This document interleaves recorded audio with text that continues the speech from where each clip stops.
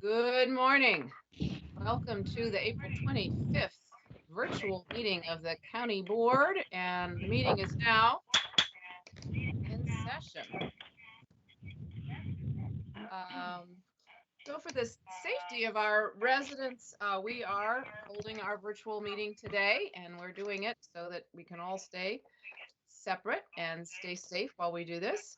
I apparently need to read a resolution and have that adopted by my colleagues before we continue. So colleagues, I would like to move the following resolution that finds the need to conduct our April 18th, 2020 County Board meeting as continued electronically today on April 25th. There are a number of whereases, which anyone can find online, but I will not read all of, outlining the situation we're in.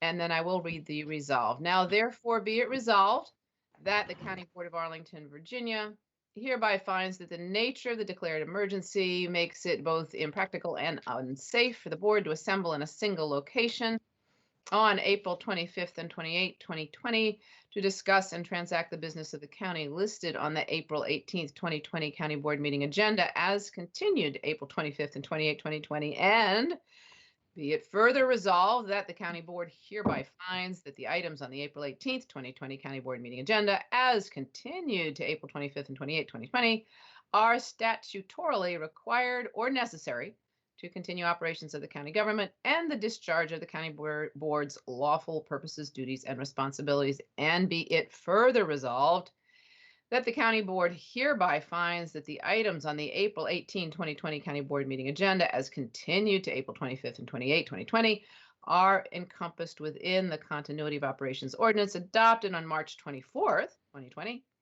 as matters necessary to address the disaster posed by the public health emergency resulting from COVID-19 and matters essential to the continued operation of county government. Do I have a second? Second. Thank you very much. Motion has been moved and seconded. All in favor, please say aye. Mr. Dorsey? Aye. Ms. Crystal? Aye. Mr. DeFerranti? Aye. Ms. Garvey? Aye. All right. Motion is adopted 4-0 on the 25th of April, 2020.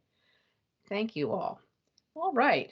Now we will get on with our somewhat usual format. We are trying to hold this meeting as much like we usually do as we can. And so we are asking everybody, of course, for their patience and understanding. And I want to just get now to our public comment. Let folks know who would like to speak. That registration to speak on our items on our agenda, 38 and 39, are available online on the court and on the county board's website until the item is called by the clerk. If you're waiting to speak here, please keep your microphones muted until you are called. The moderator can mute you, but you only can unmute you. So if you're calling in by phone and it's your time to talk, please press *6 to unmute so that we can hear you. If you're using a computer browser or app, you can, click on the microphone button on the toolbar to unmute yourself. Also, for members of the public, board members, we cannot see you, but we are able to hear you. And you should be able to hear the whole meeting through your device. You might be watching this also on cable channel. If you are, please turn off the sound to that device. Otherwise, we'll get interference from all the different sounds. I would like to say that we do have a Spanish language interpreter, I believe, on the line for public comment for this portion of the meeting, and this portion only. Is the interpreter here to introduce herself? Ms. Castro, are you here? Yes, I'm here. Good morning, everyone. My name is Laura Castro. I'm going to be your Spanish interpreter. Buenos días a todos. Mi nombre es Laura Castro y voy a ser la intérprete de español. Muchas gracias. And then for folks speaking, when you're done speaking, please exit the call, hang up, leave the call. But you can continue to participate and watch during the live stream online that we've got. And that is on channels, cable channels, Comcast 25 and 1085, or Verizon Fios 39 and 40. We are timing you as we usually do, although you won't have the warning sound when your time is coming close. You will just get a sound. And would you like to make that sound, Ms. Clerk, Ms. Jacobs, so people can hear what it sounds like? Okay. Thank you. A very typical buzzer sound. So when you're speaking, when your time's up, that's the sound you'll hear. And we'll please ask you to wrap up your comments right then with at the end of a sentence or another one, but not much more than that, please. I think that is it. Ms. Jacobs, have I forgotten to say anything I should to let people know how to handle this? No, I believe that is it, Madam Chair. Okay, thank you very much. All right, we will then begin with our public comment speakers. And Ms. Jacobs, would you please call the first two speakers? Our first two speakers is our first speaker is Mary Glass, followed by Bernard Byrne. Thank you. Ms. Glass.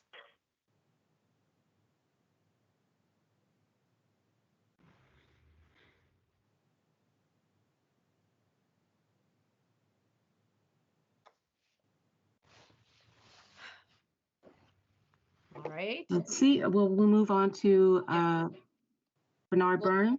Yep, Mr. Byrne, that's fine. And then Ms. Glass, if you, we'll come back to you if you manage to get on. We find this happens a certain amount. It's kind of hard this way virtually.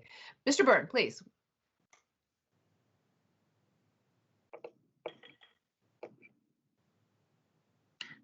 Mr. Byrne, you'll need to unmute yourself by dialing *6 or pressing the microphone button.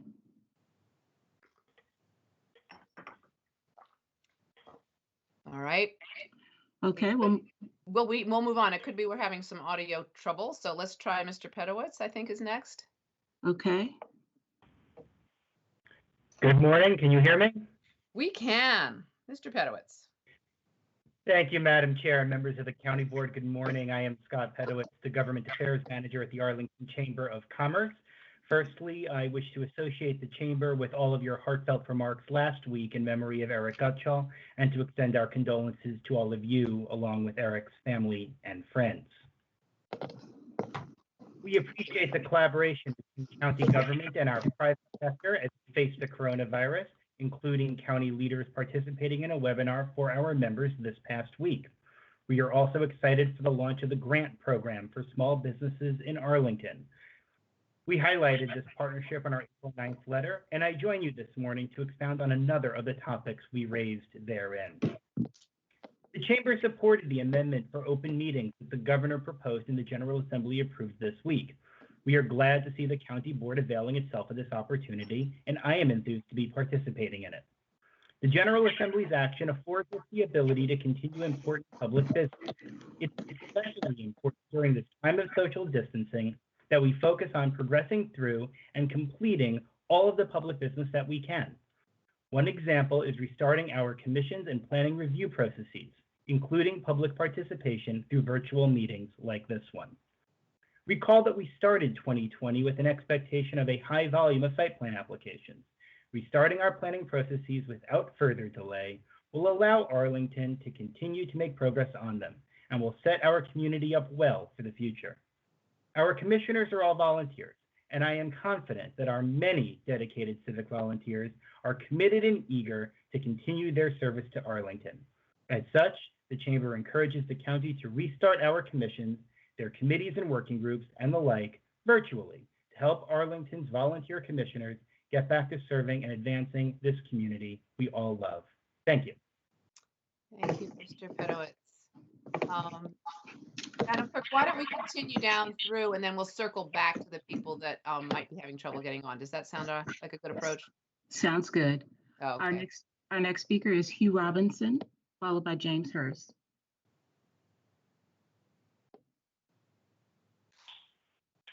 Good morning. My name morning. is Robinson. Good.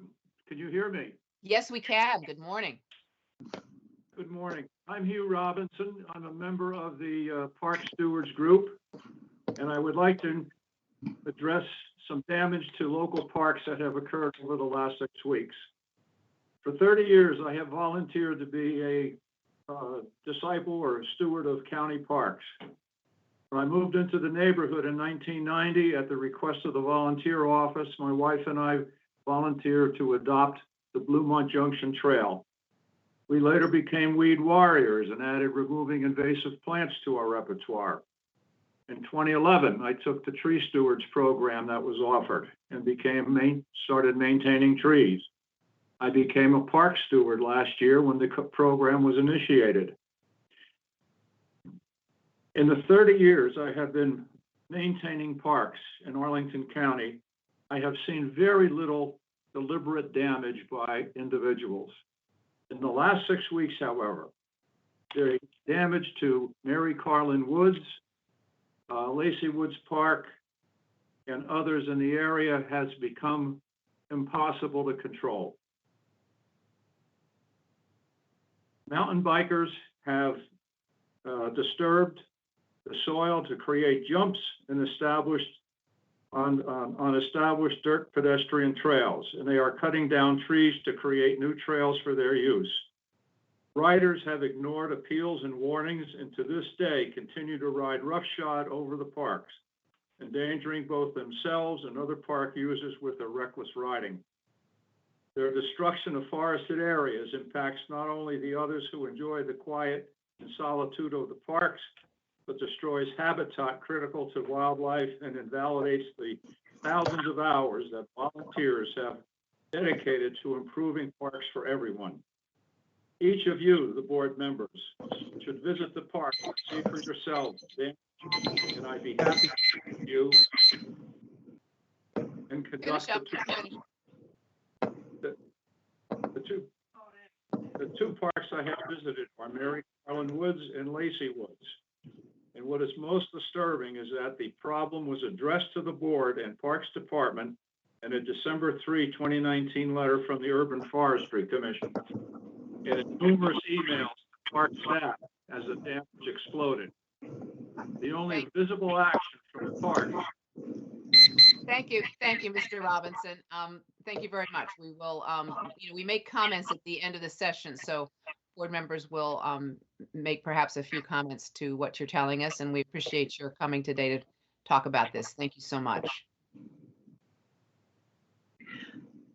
Our next speaker is Jim Harris, followed by Alan Gajahar.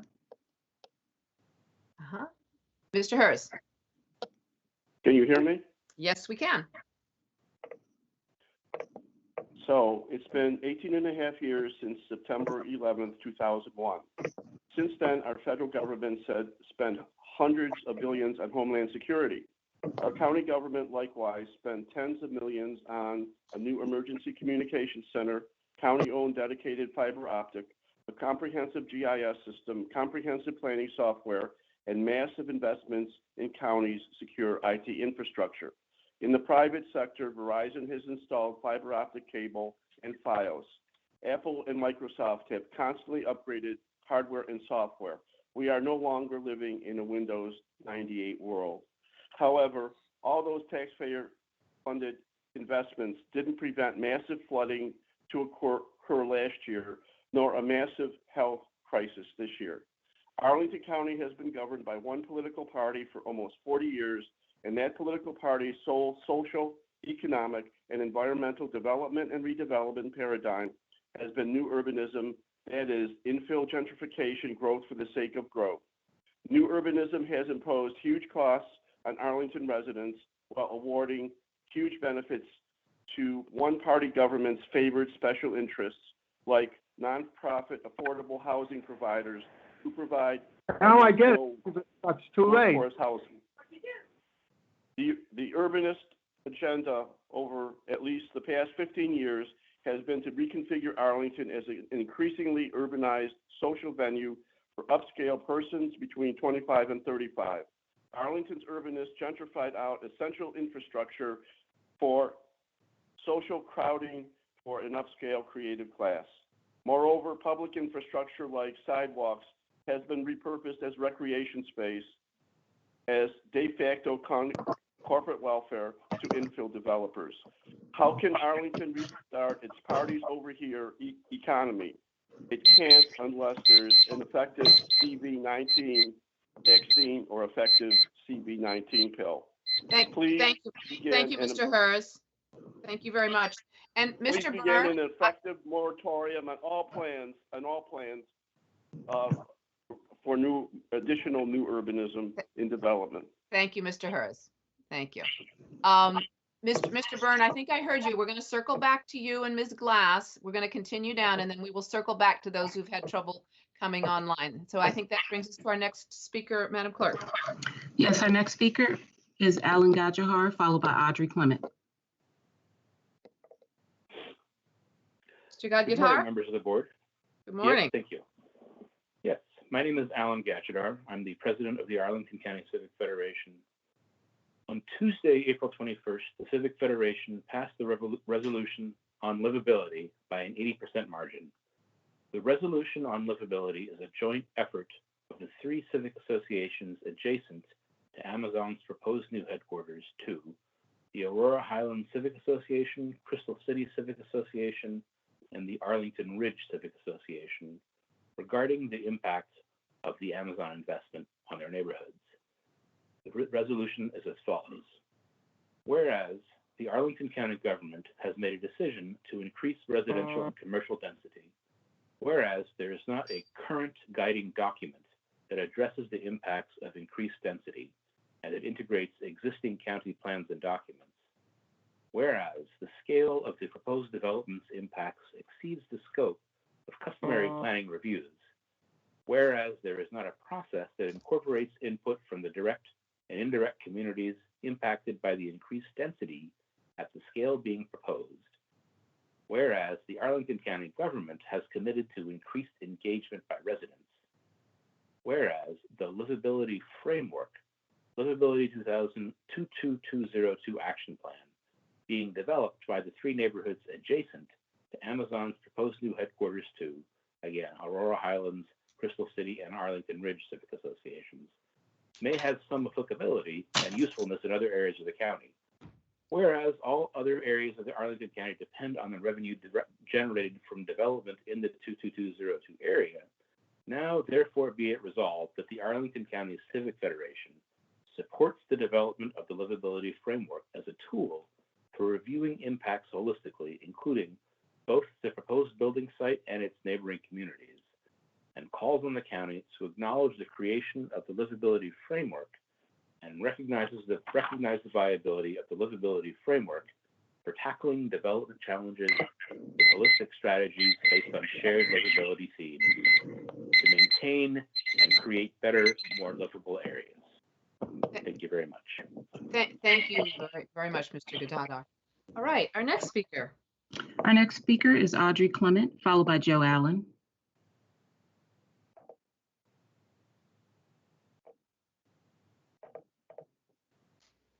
Ms. Clement.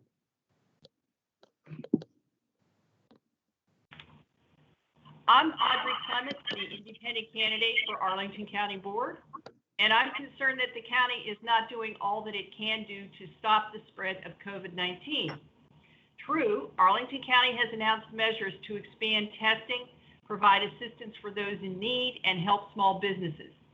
However, at an April 10th virtual town hall, my opponent, Libby Garvey, insisted that Arlington has limited authority to act, saying, quote, "We don't always have the authority to do what we see very clearly that we need to do, and in as effective way that we can," end of quote. Nothing could be further from the truth. Title 44 of Virginia Code provides localities with the express authority to, quote, "control, restrict, allocate, or regulate use, sale, production, and distribution of food, fuel, clothing, and other commodities, materials, goods, services, and resource systems," end of quote, during a local emergency. In responding to my claim that Title 44 should have been invoked to shut down bars and restaurants before Governor Northam's executive order that closed them on March 24th, Garvey told the Sun Gazette, quote, "Should Fairfax and Alexandria and Falls Church have continued to have their bars and restaurants open, it would only have encouraged our residents to go there, and the problem of viral spread would still exist," end of quote. This is bunk. If Arlington had closed its bars timely, it would have signaled other officials in Northern Virginia that they could and should do the same. As things stand, the coronavirus continues to spread unabated, and Northern Virginia, whose localities collectively refuse to exercise their authority under Title 44, are reporting more than half the cases in the state of Virginia. I finally want to conclude my remarks by expressing my condolences to the family of Mr. Eric Gutschall. Thank you. Thank you, Ms. Clement. Our next speaker, please. Our next speaker is Joe Allen, followed by Eric Ackerman. Hi, I am Joe Allen, and I commend the Department of Parks and Recreation for just yesterday installing temporary signs noting that bicycling is not allowed on unpaved trails in the Brandymore Castle section of Madison Manor Park.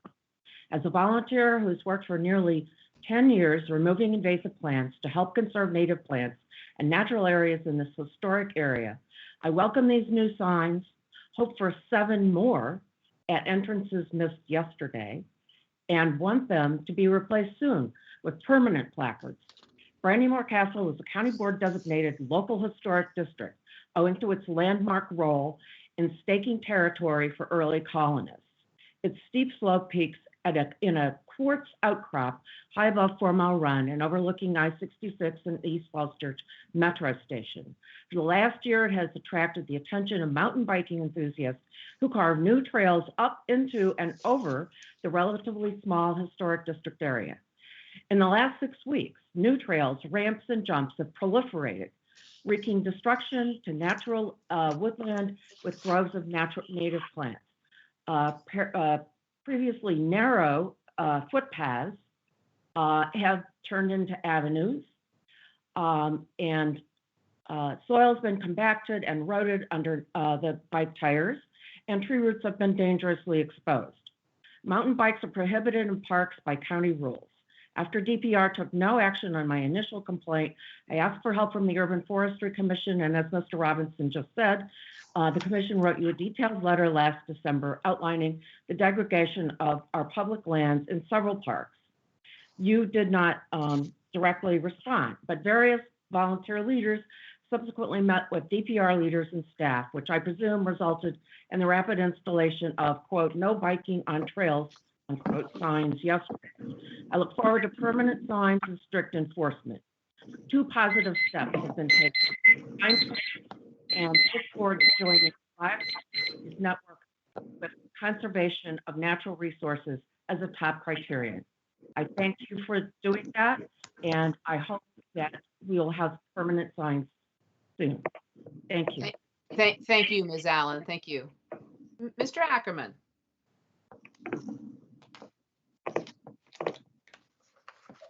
Good morning. Thank you very much. My name is Eric Ackerman. Can you hear me? Yes, we can. Good morning. Very good. Life is always better with audio. It is. My name is Eric Ackerman. I'm a long-term resident of Arlington County, and I'm a member of the Arlington Tree Action Group, for whom I'm speaking today. We'd like to address very briefly the acquisition of new public spaces. Now, the Public Spaces Master Plan recognizes that Arlington's public spaces bestow unique and irreplaceable benefits on residents, workers, and visitors in the county. And it establishes as a priority action, number 1, acquiring at least 30 acres of new public space over the next 10 years. With that background, we understand that the Rouse Estate, which comprises 9 acres at the intersection of Wilson Boulevard and McKinley Street, may come on the market soon. ATAG would like to join the Arlingtons for a sustainable future in urging you to acquire this Rouse Estate property. It would be a great way to begin implementing the plan. That is my comment. That is our position. Thank you very much. Thank you, Mr. Ackerman. And now let's go back and see if Ms. Glass is here. Actually, Madam Chair, if we can go to Bernie Byrne, and then we will circle back to Ms. Thank Glass. you. Thank you. Mr. Byrne. Yeah, yes, hello, do you hear me? Good morning. We hear you, Mr. Byrne. Yeah. Yes, I'm here to speak of the COVID crisis. And to talk on the same topic, but it's elaborated as Audrey Clement did. As you know by now, that Section 44-146-21C permits Arlington County to regulate its local businesses. And the problem here is that we're having in Arlington is that the District of Columbia and the Maryland have put in very strong closure orders. They close virtually everything that's not essential. But in Arlington is different. The Governor Northam's order only basically closed recreational and entertainment facilities, but left everything else open, provided they had less than 10 people present and practice social distancing. The problem with that is that it's completely unenforceable because you have to have police coming in every day. There'd be protests, and it just wouldn't work because they have to check to see if everyone's doing social distancing and how many people are really in there. Basically, the county has to, and before it's too late, because it has to really go ahead and implement their own order and under that the authority they have, and it should resemble DC's and Maryland. Because otherwise now, probably people are coming from DC into Arlington, patronizing the business, spreading the virus into it. Now, as Audrey said, we already have the highest per capita incidence of COVID cases in the whole state, except for a couple of small communities. Fairfax has more than county has more than we, but they have less density. Now, if Arlington County does it first, Fairfax and the other ones will probably go along. But you're talking about cooperating with DC and Maryland and taking and releasing you from the restrictions as the incidence gets less. But you're not doing anything to cooperate in terms of making putting restrictions on. And so you need to act in a timely manner. I talked to you about a month ago. Implement the order. Implement. Take it like DC's and Maryland's. Thank you. Mr. Byrne? Thank you, Mr. Byrne. Yeah. Has Ms. Glass been able to join us, Madam Clerk? Yes, I have Ms. Glass on the phone. Great. So I will have her speak now. Ms. Glass, are you ready? I'm ready. Okay, you have 2 minutes. If you could turn down the volume in the background.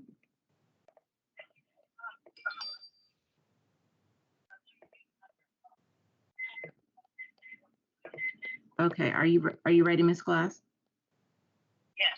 Okay, you can begin speaking now.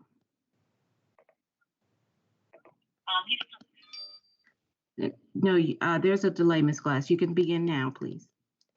Okay. Good morning.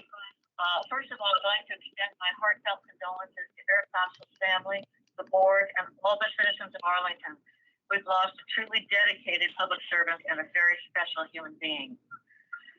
This week we celebrated the 50th Earth Day, and it reminds us that the climate change is happening right here in Arlington. We are already experiencing serious effects within the county, and while many high-profile and very high-impact programs are underway, there's a need to dig deeper to expand our understanding of how our actions impact all aspects of the overall environment. A good example is the extensive recontouring of our natural stream valleys for stream restoration. This only treats the symptom, erosion, but not the causes, namely increased impermeable surfaces and uncontrolled stormwater sources. Also, as recent storms have demonstrated, the restorations have failed to fully meet their engineering objectives.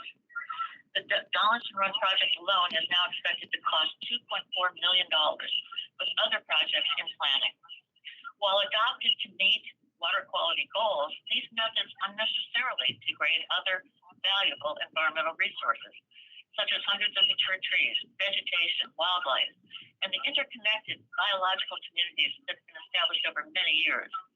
The benefits of our natural resources include health, air quality, energy conservation, stormwater mediation, recreation, and psychological relief from normal stresses of busy lives, as well as crises like COVID. New, less damaging techniques for county projects can be adopted, such as one developed and endorsed by the state of Maryland and the Alliance for the Chesapeake Bay. One good example has been attached to my submission to the county. The county can enlist all its public resources to better address climate change by incorporating more environmental considerations and valuations into future decisions and long-term budgets.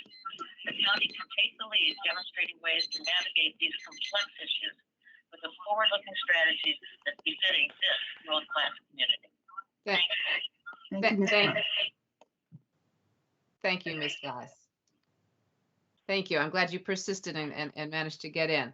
Sorry for the difficulty. Madam Clerk, is that our last speaker? That is our last speaker for public comment.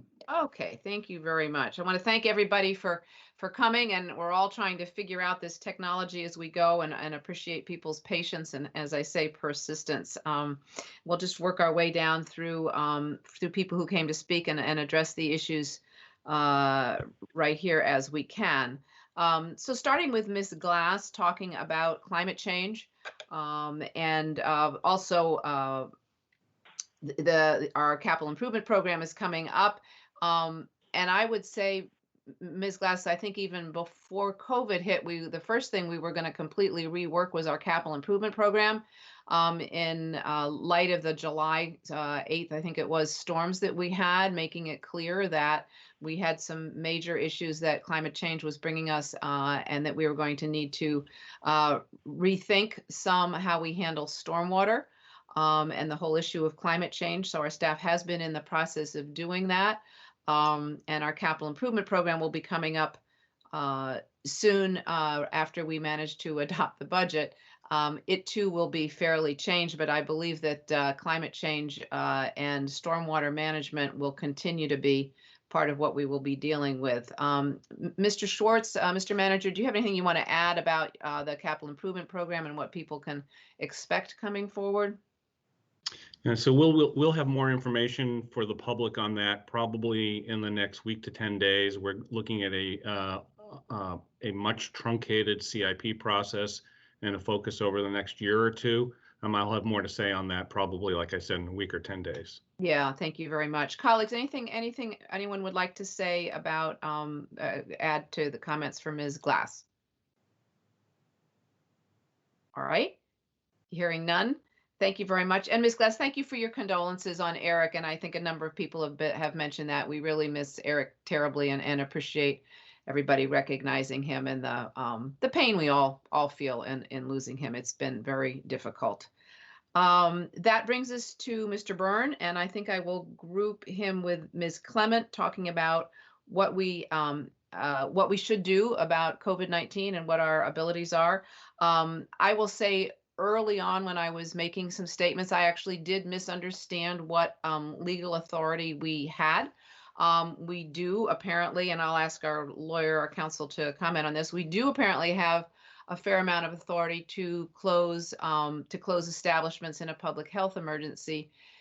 That said, we are part of a region here, and as you remark, across the river, Maryland and DC have in many ways been more strict than has our own governor here in Virginia. I will say that we are trying to coordinate with the region that includes Maryland and DC, but it also includes our neighboring jurisdictions here in Virginia. And I like the way that both Mr. Byrne and Ms. Clement think that if we do something, all of our surrounding jurisdictions will follow our lead. Sometimes they might, but probably only if we work with them a lot ahead of time. And we are doing a lot of work behind the scenes to coordinate what we all are doing. Then we get to the whole issue of enforcement, and I might ask our manager to speak to that. So, Mr. McIsaac, would you like to comment a little bit about what exactly our authority is under the Virginia Code to handle this public health emergency? Sure, Madam Chairman, thank you. I think it's there's two separate things here. It's one thing to read these statutes and assume what they mean. It's another thing to actually understand how they've been interpreted and applied over the years, and particularly under case law and other attorney general opinions. I think that the ability to actually regulate businesses is clearly an overstatement of what authority the county would have in a local emergency. There are certain things that can be done, and I know we looked very carefully at the question about restaurants and other places where people were gathering. Of course, you'll have to remember that the manager's local emergency was declared on the 13th of March, which followed shortly after the governor's emergency. once an emergency is declared by the governor, the locality is required to coordinate and operate, quote, under the supervision of the governor to make sure that the emergency and the actions taken are coordinated. We were aware that the governor was looking very closely at this question about restaurants and other establishments where people were gathering, and it was on the 17th that an order was actually adopted, just a few days later. So the timing was very, very much contemporaneous. And I think the ultimate judgment that was made on the county's part was that given the prospective state action, there was no reason for us to be trying to handle this on our own at the local level. Thank you. That's helpful. Mr. Schwartz, would you like to talk a little bit about enforcement issues? Yes, so picking up a little bit on what Mr. McIsaac said, between the period of the 13th and the 17th in those days, people, I don't think people have a full appreciation of what's involved in order for us to go restaurant and bar by bar to have enforcement. Our power to do anything derives mainly from the public health aspect of this. So it wasn't simply a case where the police, who have worked tirelessly day and night through the Arlington Restaurant Initiative to work with our restaurants and bars, to talk to them, and most of them immediately complied with our suggestion that they close. We needed to bring public health staff into these facilities, not only once, but twice, along with the police. And you need to remember that that's the same public health staff that has literally been working for the last 2 months doing tracing and all sorts of other important work.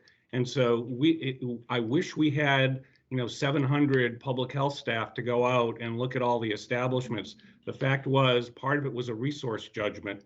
We wanted our public health staff working on contact tracing and following up on the first cases, rather than spending several hours going back and forth from restaurant to restaurant. So that was a little bit of a resource allocation issue, in addition to the legal issues that the county attorney pointed out.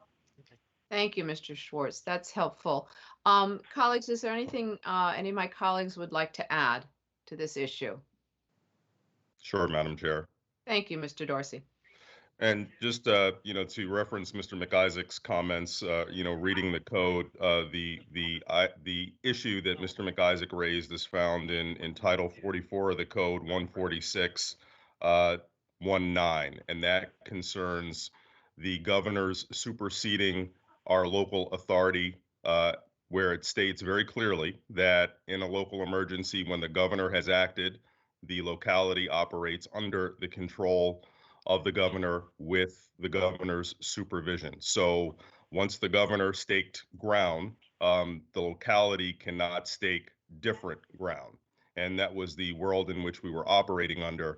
And I'd just like to note from talking with our regional colleagues, particularly in the referenced District of Columbia, as well as the state of Maryland, the level of enforcement required is something that is challenging even to them.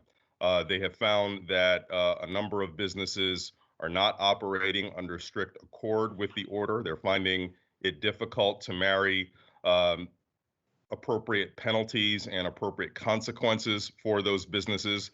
So it's just not simply as simple as by fiat creating a ban or a prohibition and actually having that result in action. So I just want to underscore that this is a lot more complicated and difficult than it seems to be at first blush. Thank you, Mr. Dorsey. Do any of my other colleagues want to add anything? It may be worth noting, Madam Yeah. Chair, not to belabor it. I think this has been an interesting and insightful conversation worth having. But I hope that anyone watching along at home, that their takeaway is that we cannot stick or enforce our way into good public health behaviors because of limitations on not only our legal authority, as well laid out by Mr. McIsaac, but on resources, as our manager put so well. And so I really think that the takeaway for anyone who may be watching along is that we are relying on every member of this community and anyone who might visit it to make good decisions. We deeply appreciate everyone's efforts to stay home so far, and we hope that everyone will join us in exercising that good decision on an individual basis, rather than looking to enforcement as a way to prevent the spread of this disease only. Good point. Mr. DeFrante, did you have anything you wanted to add? No, I thought all the points made were strong, so I won't belabor it. Thank you. Thank you. And I will just finish up. I think the takeaways, as Ms. Crystal pointed out, one of the takeaways is we depend on people exercising good judgment as much as possible. We're trying to make clear what we think people should do and enforcing as much as we're able right now. It's not easy. We are in constant effort to coordinate. The manager is on daily calls with his counterparts in Northern Virginia and the region. Mr. Dorsey is spearheading our efforts to coordinate the elected official level at the Council of Governments. That's Maryland and DC, as well as Northern Virginia. Thank you, Mr. Dorsey, for that work, which is ongoing and constant. I am on calls twice a week with my counterparts here in Northern Virginia. And it is a constant effort to stay in touch and figure out what we need to do together. And the coordination is not difficult. It is difficult. It's not easy. We're all facing issues of the lack of ability to test as much as we need to, of the governor making statewide orders that may or may not work so well for us here. And we're all trying to work this through as we go. Appreciate people's concerns. Because you're expressing the concerns of a lot of people. It's natural, but we really need people in public health, most of all, to do what they need to do. It's very hard to make everybody wash their hands as much as they should, wear the face mask, but the more we all do it, the more I think we will all come together and do the right thing, and it will make our community as a whole healthier. So thank you. That takes me to Mr. Pedowitz, and he came to talk about restarting our commissions virtually, and we have been doing some work on that. I'd like to invite, see if one of my colleagues would like to comment on that, because they've been working a little bit harder on this with their commissions than I have, but we are working on it and moving forward to start as we can and what makes sense. Would any of my colleagues like to comment on this one? Mr. Dorsey, would you? Sure, I could say brief comment. So, Mr. Pedowitz, we do appreciate that, and our commissions have been chomping at the bit to continue their work and service to the board or to whatever issue function that they serve. I will say we've seen some great creativity. We have our Fiscal Affairs Advisory Commission, which advises us extensively on the budget. And while they would have been eligible to meet under our continuity of government ordinance virtually, they found ways to not do so. They were able to work directly person to person through written communication to still provide a level of advice to the county board as we deal with this very unprecedented budget. So while we absolutely love the ability to get our commissions meeting virtually again, I want to underscore that they have been finding ways to creatively perform great service even without that authority. Thank you. Any other comments? It may worth noting as well, in addition to our commissions, given Mr. Pedowitz's constituency for whom he's speaking, I know that our planning division in particular has been working incredibly hard to keep those basic functions of planning and processing applications open and running during this time. I think their work is actually quite commendable. And so as we kind of work through this question about how and in which ways to engage our commissions, knowing the very significant lift that is involved in executing a virtual meeting that is open to the public and fully complies with all other characteristics of open meeting law, we're trying to make a decision to balance those resources on a case-by-case basis with our commissions. But I just wanted to, again, return to that piece that as those involved in our planning sector are looking to move projects forward, I really think it's worth highlighting that the planning division within CPHD has worked quite hard to take those applications and stay in touch with those applicants. Thank you, Ms. Crystal. Anything else, Mr. DeFranti, to add to this one? Not on this one. No, okay. And thank you, Mr. Pedowitz. We're really all on the same track, trying to figure out how to make this work and keep it moving forward as best we can. The General Assemblies and the vote last week helps a bit. So we continue to work forward, trying to do as much as we can virtually. That brings me to Mr. Robinson, and I'll take his comments along with Ms. Allen, both concerned about our parks and particularly mountain bikers and destruction to our parks, which is actually distressing to hear about. We are aware this has been a problem, and our Parks and Rec department has been looking at the issue. It sounds like it's getting more difficult. And Mr. Manager, would you like to comment on this? It sounds like enforcement, again, is an issue. Yes, thank you, Madam Chair. We're very much aware of the challenges out in our parks. We think that it's really unfortunate. A few individuals we think have taken it upon themselves to resculpt some of our trails by cutting down trees. The issue of enforcement, a few things on that. In addition to the signage that was referenced by one of the speakers, both temporary and permanent going up, we've also been in the process of moving boulders into the middle of some of those trails to make it physically impossible for people to do what they're doing. The issue of enforcement is actually critical to this because our park rangers and monitors had been spending a large amount of time breaking up large gatherings in our parks. That has actually abated. And again, this comes down to personal responsibility. As people's behavior has come, more in line to what we're expecting, our rangers are able to spend more time actually along the trails and improve enforcement. So that has been our immediate focus. More to come. We're looking at maybe putting up some fencing, but I acknowledge that it has been an ongoing problem and we'll need to do more to address it. And the only other point I would make is that this tension in our community between mountain bikers and those who are focusing on our natural resources will get, I think, hopefully a more thorough airing as we work through our natural resources master plan update, which we have a contract in place for that. And obviously we've been slowed down by the COVID-19, but we'll hopefully to have a public safety valve for some of those tensions rather than them actually taking place out on our trails. Thank you, Mr. Schwartz. So more to come. Colleagues, I don't know if there's anything anyone wanted to add on this particular issue. Just a quick, Yeah.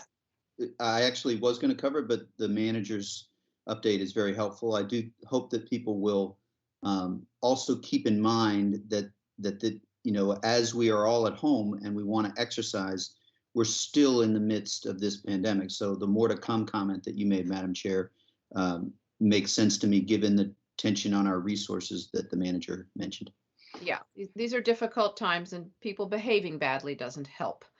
That brings me to Mr. Hurz, who came to speak, as he often does, against what he sees as new urbanization. I think I might take this opportunity to talk just a little bit about the effort that we have made to get our IT department, which he did mention,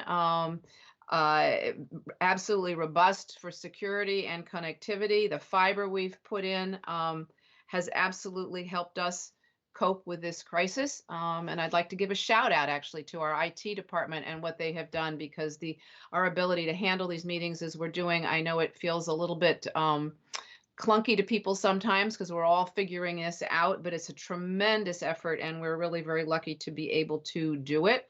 I did talk a little bit about the issue of flooding. I guess it would be nice to think that if we hadn't developed and built any buildings, we wouldn't have a pandemic and we wouldn't have climate change. But I will submit that I think we would be dealing with both of those issues no matter what. And actually, we're in a better space to be able to do that right now. And I'm sure that's just a difference of opinion. But that's the way I see it. And I really want to, again, give a shout out to the work that our staff is doing to help us get through this crisis. We're in a better place than a lot of areas and lucky in that way, but it's very difficult. Is there anything anyone would like to add on this particular subject? Okay, that brings me to Mr. Gajidar. Thank you, from the president of the Civic Federation, talking about the livability framework and the resolution I think that you all passed. Thank you very much for coming and telling us about that. We are very aware of the livability framework, and I'm not sure what sort of official acknowledgement you would like. Board members have spoken very favorably about the livability framework, as have our staff, as has the business community. There's really incredible teamwork going on down in the Crystal City area, the 22202 area. I'm really impressed, and I've said it often, with the livability framework that residents have put together. I think it's an excellent, excellent framework, and our staff, I believe, is actually using it. And maybe I will invite the manager to remark on that a little bit, and then see if my colleagues have any comments. Mr. Schwartz, would you like to remark on the livability framework and how that might be affecting our staff? Right. So I'll just speak a little bit to what we had in place before the virus hit. I had actually met with the head of the livability agenda group, and they had held a series of community workshops, which we had participated in, and we continue to stay in contact with them. Unfortunately, we haven't been able to have some of those in-person meetings that we had scheduled, but we continue in contact with them. They have I think a great process in place where they're bringing members of the community to sit down with staff and with the partners in the development community. So most of what was included in the Civic Federation resolution rings true to us and is consistent with what we already have done in the Crystal City Sector Plan, but we hope to continue to work with that community because obviously there has been an impact on them with the arrival of our new neighbor Amazon. So I'll leave it at that. Happy to answer any other questions. Thank you very much, Mr. Schwartz. Colleagues, anything else you'd like to talk about? I know we've all been talking with folks. Ms. Crystal. Sure. Thanks, Madam Chair. I just wanted to say how excited I am as well about the livability framework. And I think to some extent, its value is that it is grassroots and not a formally adopted policy or framework of Arlington County. One of the last public meetings I had the opportunity to do before we all became, relatively speaking, homebound was with the Aurora Highlands Civic Association and had the opportunity to see a presentation of the housing group working on the livability framework. And I think it's just very powerful for neighbors to be able to present those ideas to neighbors. So I'm glad to see the Civic Federation support for it as is ours. But I think, Ms. Garvey, you raised that governance question about what is the right thing for the county to be doing. And I am really of the belief that it is to be listening and learning from that grassroots kind of conversation that's happening. And I also just wanted to take the opportunity to say to Mr. Gajahar, congratulations for leading your new role and leading the Civic Federation. We'll look forward to hearing more from you. Thank you. Any other comments from my colleagues? All right. Sure, Mr. Madam Dorsey? Chair. Okay, thank you. And Mr. Gadadar, thank you very much. And I will add my congratulations. And we look forward to having some virtual meetings with the Civic Federation. I'm sure we will get those worked out down the line. Thank you. That brings us to, again, Ms. Clement. We addressed, she had the same issues as Mr. Byrne, which we talked about. And Ms. Allen, thank you for coming as well. We addressed those issues of mountain bikes. That's a long ongoing issue. And then finally, that brings us to Mr. Ackerman. Someone I think has a barking dog in the background. I'm not sure. If you do, mute your microphone. And Mr. Ackerman, thank you for coming to us about the Rouse estate. A number of people have talked to us about that. We were aware of that. We did contact the seller's agent some time ago, and we're told that that property is under contract and no longer available for sale. Anything our colleagues, and we certainly do appreciate that that is a wonderful piece of property, and we are always on the lookout for what we can also, what's available and what we can afford. Colleagues, any comments you'd like to add to this? No? All right, thank you. I think that brings us to the end of our public comment. And want to thank everybody again for coming, for your patience, and in some cases, real persistence in trying to make sure you get your comments across to us. Really appreciate it. Thank you very much. As always, if you've got some other comments and things, we are always available with email and are happy to hear from people that way as well. So thank you. All right, that I believe brings us now to our consent agenda. Madam Clerk, is there anything that has been pulled from consent? Yes, Madam Chair. Item number 5 for a site plan at 1200 North Beach Street. Item number 11, which is a temporary contractor storage and staging for Met Park. And item number 12, temporary contractor storage and staging at 400 11th Street South. Those items have been removed. 5, 11, and 12. All right, could I have a motion, please, colleagues, on the consent agenda? Sure, Madam Chair. I move the approval of the consent agenda with the exclusion of items 5, 11, and 12. Thank you. Is there a second? Second. All right. I can't hear you, Miss Crystal, but I can see you saying Yeah, second. second. Thank you. Thank you. All right. All in favor of the consent agenda minus items 5, 11, and 12, please say aye. Mr. Dorsey? Aye. All right. Ms. Crystal? Aye. Mr. DeFranti? Aye.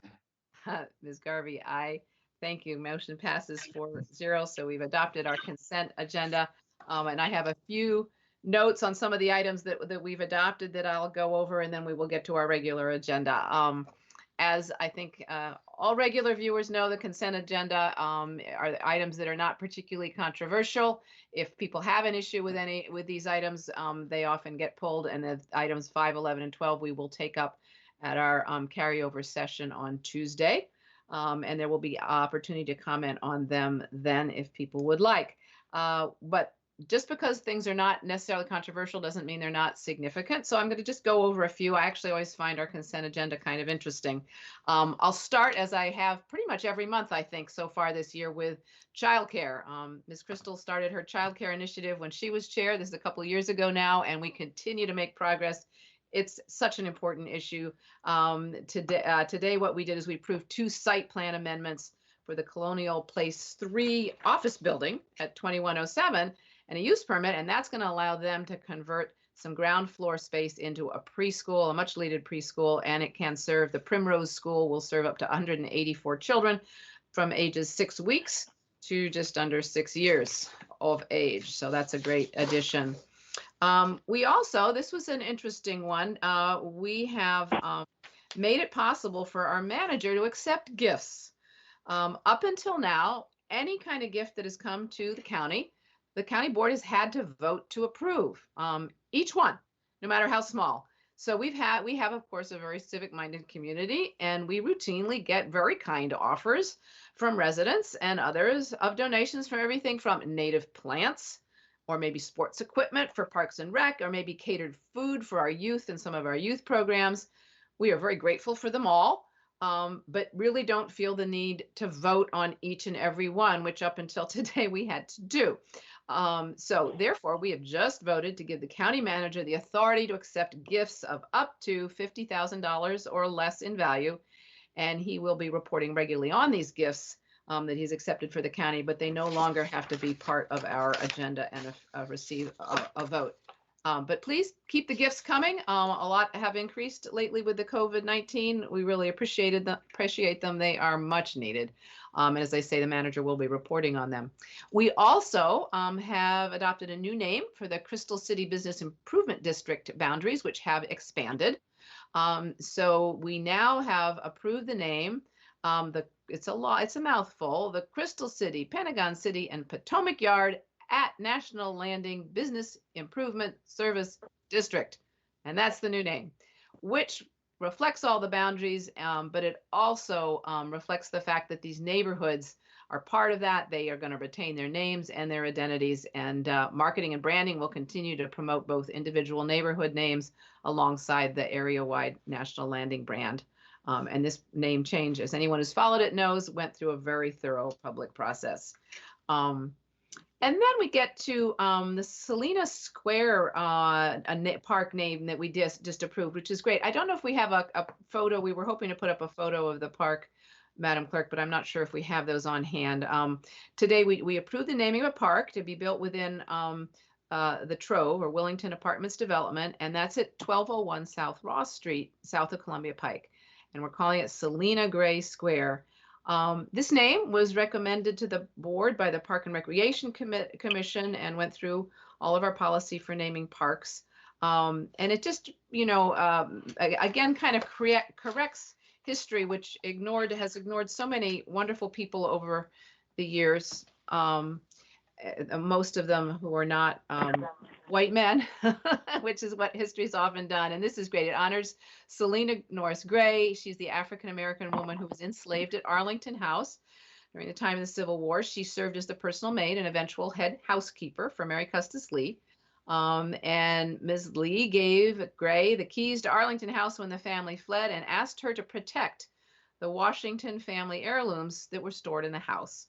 And she took a major stand and was one tough woman. It's because of her courageous efforts in face of the Union Army, standing them down, that those national treasures still exist today.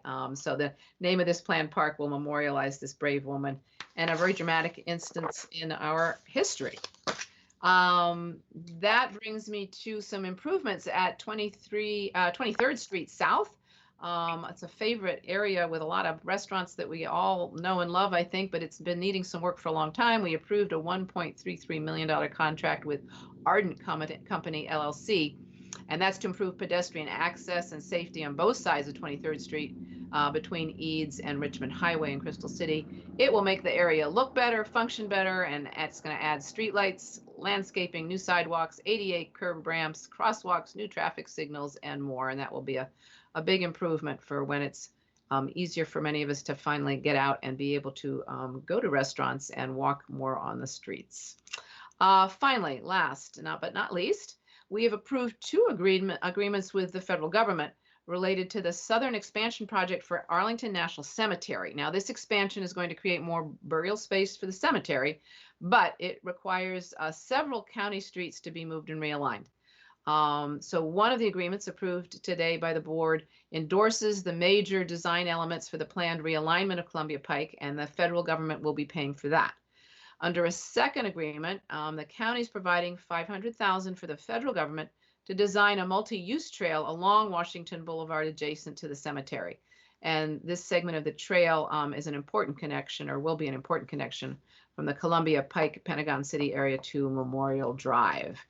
And that is a summary of the more interesting items that we just adopted with consent.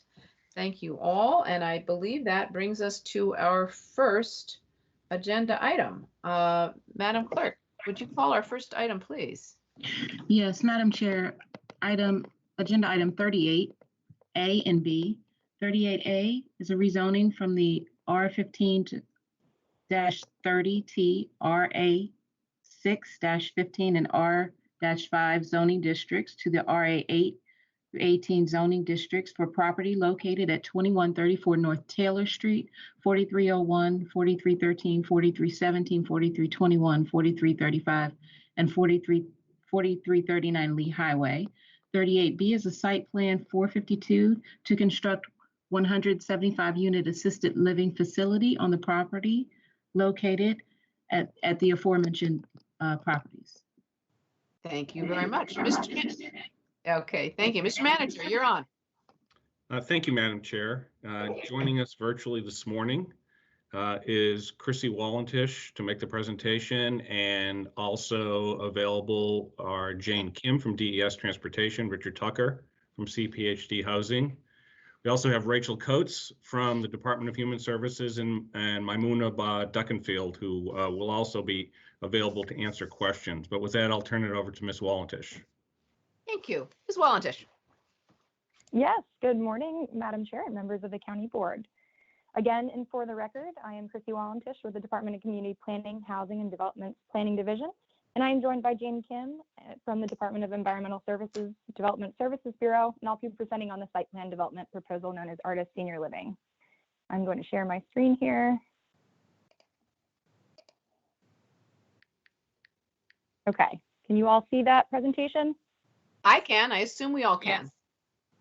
Great, thanks. Okay, so I will start with a general project overview. You'll be considering a site plan project to construct an assisted living facility at the corner of Lee Highway and North Taylor Street. The request includes a rezoning of the subject site to the RA818 zoning district. The subject site is comprised of 9 parcels, 1 with a North Taylor Street address, 6 along Lee Highway, and 2 parcels that lack physical addresses. The site is located in the intersection of Lee Highway and North Taylor Street, and is within the Waverly Hills Civic Association and directly adjacent to the Cherrydale Civic Association, as depicted on the right-hand side of this slide. Single-family dwellings and various accessory dwellings are currently located on the site.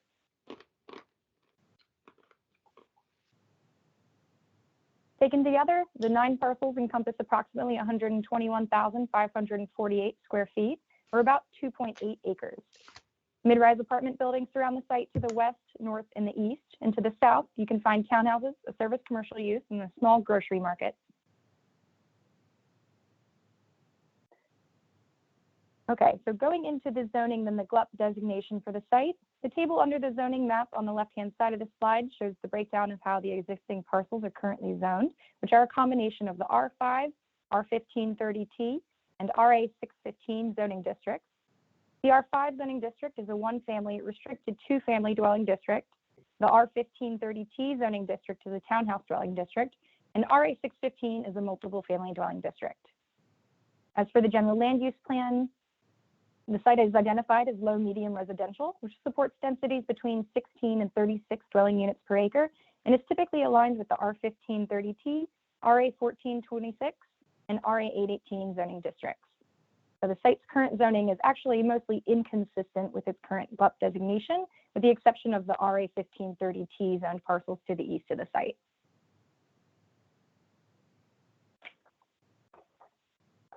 So moving into the development proposal, the applicant is proposing to rezone all 9 parcels that comprise the site to RA818 zoning district.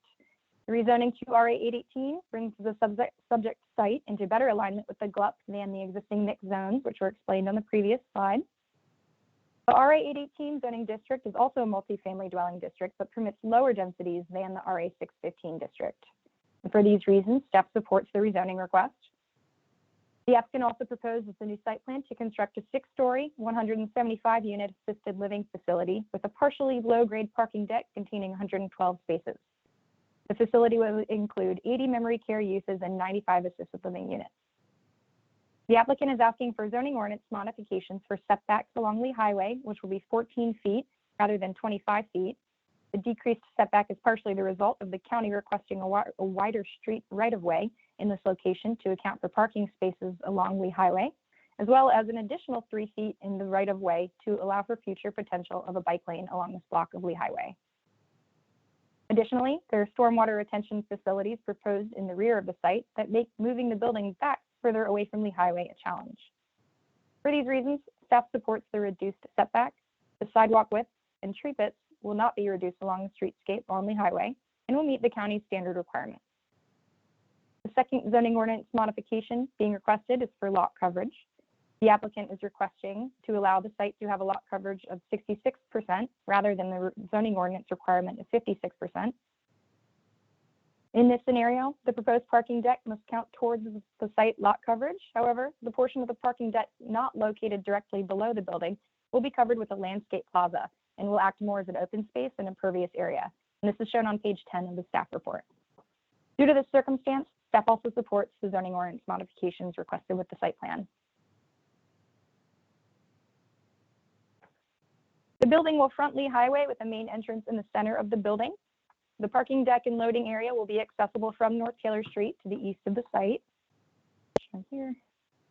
The 6-story structure is proposed to be U-shaped with, excuse me, with 2 wings that frame a private interior courtyard for residents, which will cover the parking deck. The applicant also proposes to provide approximately 10,000 square feet of public open space on the corner of Lee Highway and North Taylor Street, and I'll show that more close up in another slide. Also on this slide are some of the development statistics for the project, and that includes the total density, building height, and the proposed parking ratio, which is 0.64 spaces per unit. And that exceeds the zoning ordinance requirement for an assisted living facility, but not by too much. They're required to have 92 spaces and are providing 112. Going into the site plan improvements and community benefits, the applicant will be providing the following site plan benefits: utility underground fund contribution, tree replacement fund contribution, affordable housing fund contribution, public art fund contribution, and the completion of on-site streetscape improvements. Additional benefits outside the standard requirements are a LEED Silver certification. Again, they're not seeking bonus density in this instance, so we're happy to see them going for LEED Silver. In-building wireless communication system, approximately 10,000 square feet of public open space, and community meeting rooms. And here is a slide that shows the public open space in more detail. Again, this is on the corner of Lee Highway and North Taylor Street. The area at these street intersections was identified in the 2016 Lee Highway Visioning Study as a potential location for open space, so this feature aligns with the county's long-term planning efforts along Lee Highway. The applicant's presentation will discuss more in-depth aspects of the proposed open space. As for the public review process, 2 site plan review committee meetings took place in December and January, during which the project was generally well received by the committee members, and discussion topics such as sustainable design, stormwater mitigation, design of the public open space, and pickup and drop-off activities were discussed. The project was heard by the Commission on Aging and the Parks and Recreation Commission in January, and the Transportation Commission in March, who voted to recommend approval of the project by 10-0. The Planning Commission also heard the project in March and ultimately voted to recommend approval of the rezoning on a vote of 11-0 and recommend approval of the site plan on a vote of 10-0, with Commissioner Hughes abstaining from the vote on the grounds that he would like to see more county policies or guidelines in regard to housing affordability and other care uses, although he did express his support for the proposed site plan project.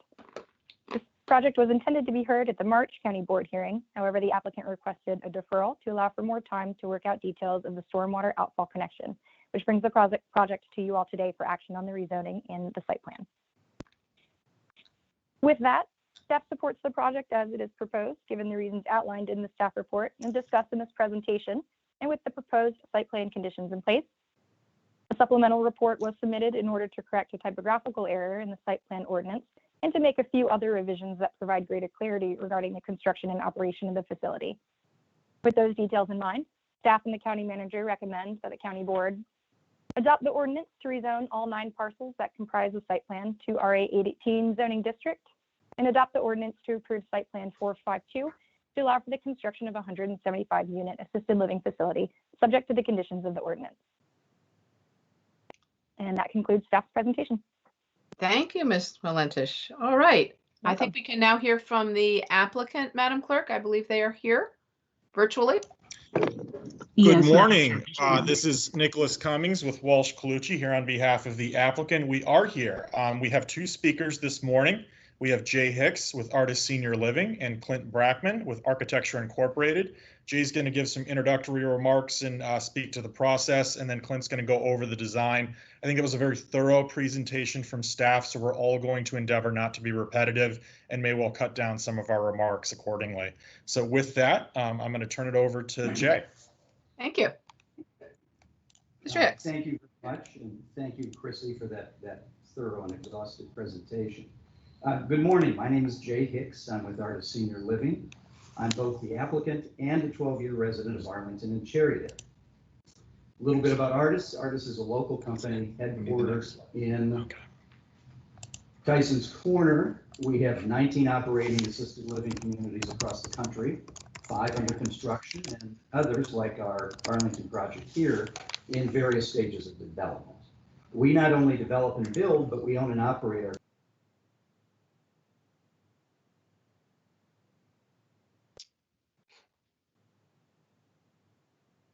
Are you still there, Mr. Cummings?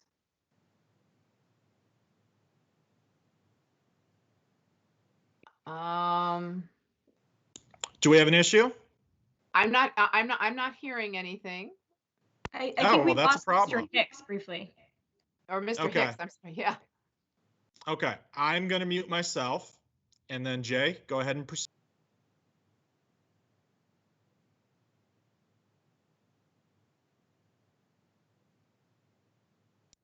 Uh-oh. Can you hear Jay now? Can you hear me now? All right. Who's we have Jay, Mr. Hicks, are you there? Yes. All right, try again. Okay. Chrissy, can you go to the next slide? There we go. Okay, I'll hold there. I'm not sure when you lost me in terms of remarks. Okay, well, I'll start right here. I was just saying that we're particularly excited about this project as it's Artist's first project in Arlington and the first new private pay assisted living community to be developed in Arlington since 1999, over 20 years ago. Throughout our 2-year process, I've met and spoken with many community stakeholders, including the Lee Highway Alliance, Waverly Hills Civic Association, Cherrydale Civic Association, the Yorktown Condominium Owners Association, the ownership at Horizons Apartments, the residents of Tazewell Court, and many, many neighbors in nearby single-family homes. This was very time-consuming, but I need to make a confession that the result was a much better project. We made numerous design changes in response to community feedback that included dropping a floor, undergrounding all parking, changes to vehicular access, internal and external open space design, exterior materials, landscaping, and other project fundamentals. These modifications challenged us and inspired us further in internal discussions. And one real tangible benefit and result of that was our ability to reclaim the area on top of our enclosed trash and generator room for an additional courtyard for memory care residents. So we're very pleased and very proud of the ultimate design and the process that it went through to get to where we are today. We're also providing a number of significant benefits to the community. Chrissy touched on them. Many of them are standard and extensive contributions associated with any site plan of this sort, including the affordable housing contribution to the utility fund, undergrounding utilities, public art, and others. But we went above and beyond what was required of us. Without requesting any bonus density or anything in exchange, we've committed to a LEED Silver certification, incorporated increased energy efficiency measures, committed to building, maintaining, and paying the taxes on a new corner park, and we're making rooms available to local civic associations for meetings. And we're not doing these things because we had to, because it's an extension of our corporate culture and a way to further integrate ourselves into the fabric of the community and the neighborhood. So it's an honor to be with you all today, even if it is virtual, particularly given the work we've devoted to this project over the past 2 years. And with that, I'll turn the presentation over to Clint with our design team. Good morning. This is Clint Brackman. I'm with Architecture Incorporated, and I want to take a moment to thank Chrissy on a very thorough presentation. It'll allow me to be brief. I look forward to answering any questions that you may have upon completion. This is the site in question at the intersection of Lee Highway and North Taylor Street. And for a little bit of context, we are surrounded on 3 sides by high-rise multifamily properties with Yorktown condominiums to our west, Horizon Apartments to our north, and Stone Ridge Knoll condominiums to our east. To our south, we do have some low-rise commercial properties with La Union Grocery, as well as a pool service company adjacent to that. And then to our southwest, we do have some mid-rise private condominium properties. Next slide, please. In terms of site orientation, the building does front with its primary facade on Lee Highway with an entry at the midpoint of that facade, which is an at-grade entry to the building. We take advantage of the drop-off on North Taylor Street that occurs as you drive north on North Taylor. The grade diminishes going downhill to our vehicular entry. So that was a natural benefit of the site to be able to create a vehicular entry point on that northeast corner where we do allow vehicular traffic both into what is tuck under parking into the parking area for the building, but also to our loading dock access. One significant benefit of the site with the existing grade was the ability to develop the tuck under parking to do 2 things. It fully conceals our parking on the site.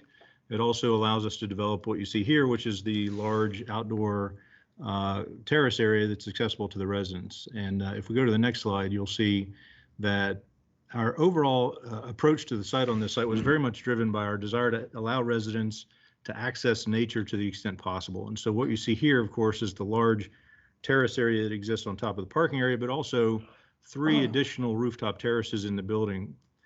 In fact, each floor of the building out of the 6, only 2 floors don't have direct access to the exterior. It's something we're very proud of in terms of the design of the building and being able to connect to nature to the degree that we have. As Jay mentioned, we've also allocated space on the corner of Lee Highway and North Taylor Street for the development of a publicly accessible park, which we see as a benefit to the entire community. Next slide, please. The desire to connect with nature drove more than just the site plan, though. The interior layout of the building is also consistent with that approach. Normally occupied areas in the building are all driven to the perimeter of the building where we can take the most advantage of windows to permit access to views out as well as daylight in. And that extends to common areas as well as resident rooms. So for example, community spaces, dining rooms, day spaces, things of that nature are all driven to the perimeter and have been designed to receive the benefit of oversized windows to, again, maximize the amount of available daylight into those spaces. Next slide, please. This is a view from the southeast, looking from the corner of Lee Highway, North Taylor Street. And you can see on the corner those large windows that I mentioned into some of those activity spaces. But right away on the facade, one of the things that hopefully is evident is our approach to articulating the materials on the facade in a way to break down the visual scale of the structure. Specific with regard to the pedestrian experience on the streetscape, we've developed a two-story facade, or facade elements, I should say, using precast elements along that streetscape to make a very scale appropriate and comfortable experience for the pedestrian. We've also selected materials for the building that are very consistent with the residential nature. This being Arlington, brick was an easy choice for some portions of the facade, but we also included other familiar materials in the form of precast concrete, a wood planking system, and glass. So, we acknowledge, of course, that this is a home for the residents who live here. We want the materials to feel very warm, inviting, and familiar, and chose our materials based on that approach. Next slide, please. This is a view from the southwest, and you can see the articulation of the facade continues around the sides of the building. One thing that's interesting about this particular view is the existence of the fire lane to the west of the building, which does give us an additional space and opportunity for landscape buffer between us and the Yorktown properties to our west. That combined with the landscape package and the previously mentioned scale of the streetscape and the entry condition where we've created a bit of a hierarchy and created a covered entry with this awning that you see at the inset image.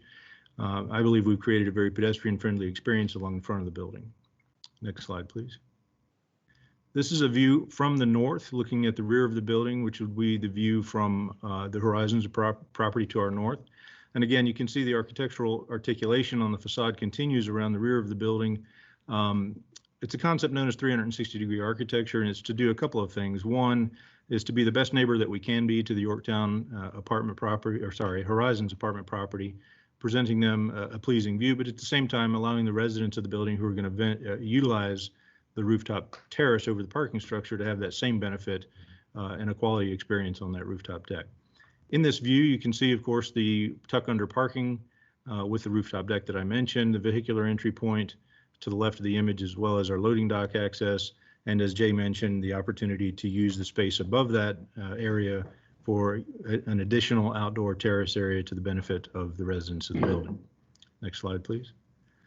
And this image seeks to capture what the expected appearance of the building is in its final constructed condition. These are views on the east and west along Lee Highway. Hopefully you'll see, as we believe, that the existing context of the community very well blends with the nature of this facility, and we believe it will be a great addition to the community. Next slide. So that concludes the presentation that we've prepared today. I'll join my colleagues in looking forward to answering any questions that you might have. Thank you very much. We'll take our commissions next. I believe Mr. Lantelmi is here from Planning Commission. I'm not sure if there's anyone else, but we'll take those and then any speakers we have, and then we'll see about questions. Madam Clerk, I think Mr. Lantelmi is with us. That is correct, Madam Chair. Mr. Lantelmi, there you go. Thank you. Yes, I am here. I assume you can hear me. Yes, we can. Thank you. Very good. Good morning, Madam Chair and members of the board. For the record, I'm Jim Lantelmi, representing the Planning Commission for this matter. The Planning Commission held its public hearing for the Artis Senior Living site plan application on March 11 and voted unanimously to recommend approval of the rezoning to the board and 10-0 with one abstention to recommend the site plan. The project is consistent with the provisions of the comprehensive plan and is not inconsistent with the Cherrydale Revitalization Plan or the ongoing Plan Lee Highway Initiative. It is supported by the local neighborhood associations and the Lee Highway Alliance. The proposed rezoning will make the site consistent with the GLUP, and the project will result in lower density than allowed by right on the site under the current zoning. The public comments before the Planning Commission concerned the advisability of new street parking along Lee Highway, additional density to the neighborhood, construction disruption, and additional noise, traffic, and light pollution. In considering this matter, the Planning Commission noted that through the SBRC process, Artis made a number of changes to the project in response to community and Planning Commission comments. An example is the reorientation of the building toward Lee Highway and placing the parking under cover. It is continuing to work with neighbors to address some remaining concerns. The Planning Commission discussed and ultimately had no concerns with the requested modifications for lot coverage and building setbacks. The planned street parking along Lee Highway frontage was discussed due to the neighborhood concerns that the street is too narrow to safely support that use. Staff and the applicant showed that the street will be widened by at least an additional 5 feet along the front, and the parking is an interim use until such time as a dedicated bike lane is installed. The project has a number of biophilic design elements, including a new public park at one corner, bird-friendly glass, and open space for the residents above the parking. While the applicant is not looking for bonus density, the project will be LEED silver and the roof will be able to support solar panels. The project is making a cash contribution to meet its affordable housing obligations. There was discussion about the need for affordable senior facilities and how the county's affordable housing policies do not quite address this need. The one abstention to the vote recommending the site plan was to call attention to this. This is the first project under the recent changes to the zoning ordinance allowing such uses.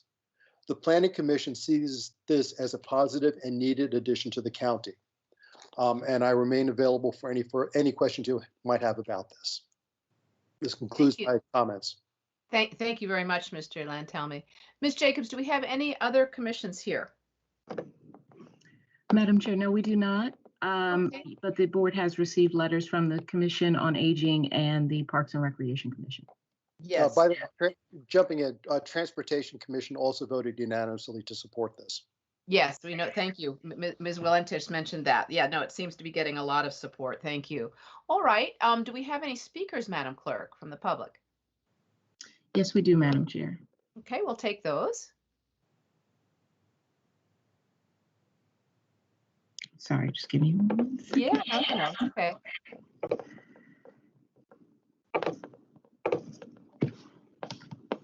Okay, our first speaker is Louis Carimbas. Mr. Carimbas. He may just need a moment. Hello, Louis Carimbas here. Sorry about that. No, it's fine. Thank you. Welcome. And actually, I'll be very brief. My name is Louis Carimbas. I'm a broker for the seller and an Arlington County resident. I'm here with Barnes Lawson, who's going to follow me as the next speaker, I believe.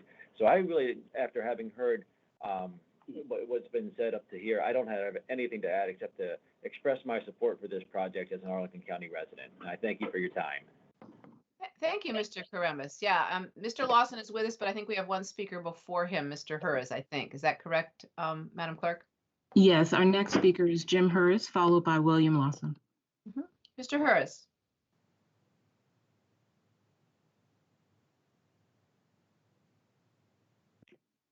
Okay, I believe he's on the line. He just maybe. Yeah, having trouble. It takes a minute. Mr. Hurris, are you there?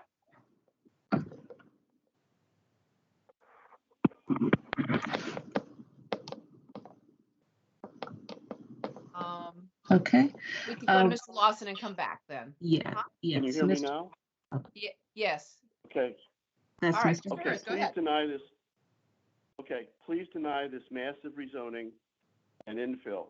We are in the middle of a serious epidemic that is spread as the result of high density and social crowding.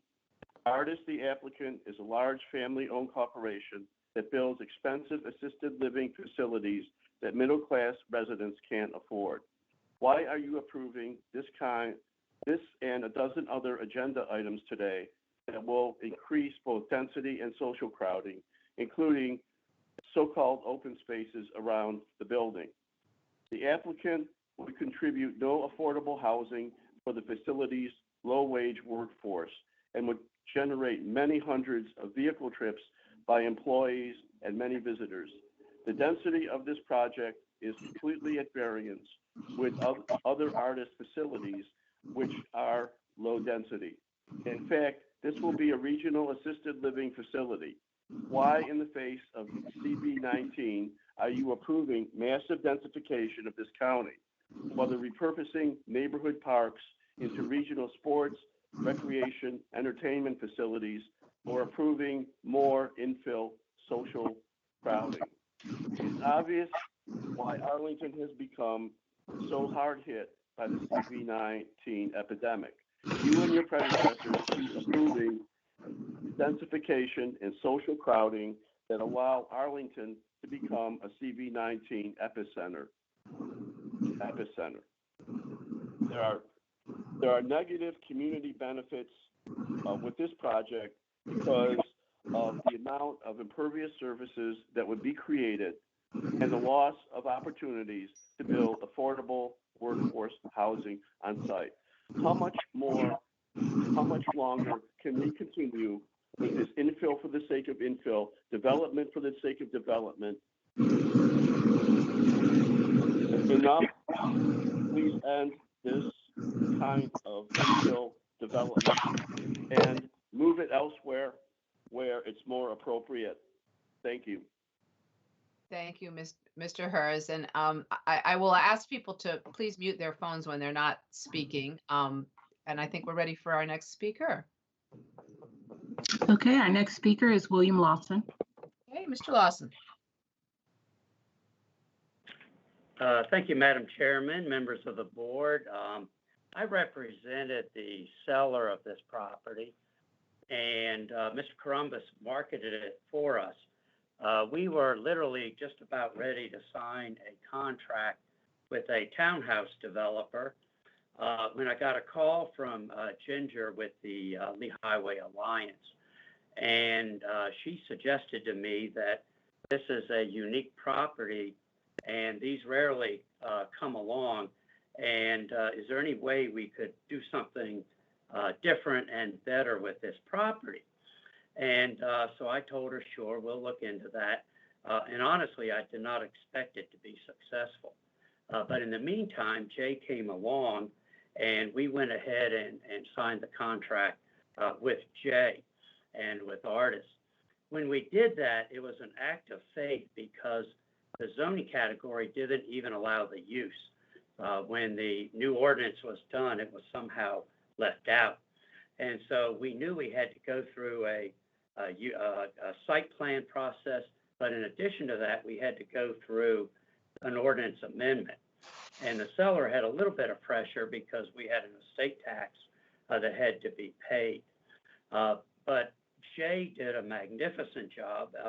He worked with the community, addressed pretty much every concern that got raised. The last point that I'll share with you all is I know there's been some criticism of this project. It's too dense, it's too big, and so forth.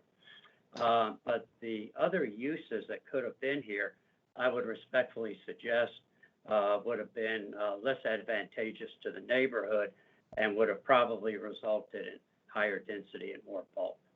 We're happy to answer any questions. Thank you. Thank you, Mr. Lawson. All right, I think, is that our last speaker, Madam Clerk? Yes. All right, thank you. Colleagues, discussions now with us. I thought maybe we would start with a motion and then have discussion. Ms. Crystal, would you like to make the motion? Sure, Madam Chair, I'm prepared to do that. I am going to move the following note as well. I don't believe this is referenced in the motion, or excuse me, in the manager's recommendation, but there was a supplemental report dated April 17 in addition to the original report dated Correct. April 10. So my motion is intended to reflect the latest conditions in the supplemental report of April 17. Okay.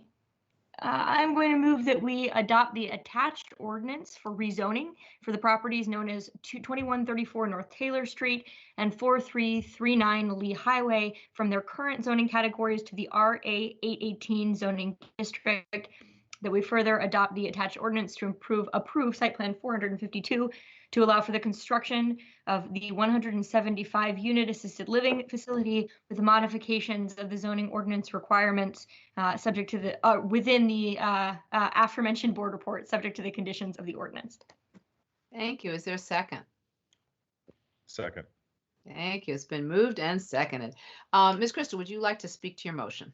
I would, and then I hope we'll have some time for some questions as well Oh, about absolutely. affordability in You can particular. go ahead and speak to it, Great. ask questions. Go ahead. Yeah, so I think this process has certainly raised some really important conversations for us as a community about what it will take to be an inclusive place, not only for seniors in need of assisted facilities, but for seniors in need of affordable assisted facilities. So I think that's worthy of some conversation.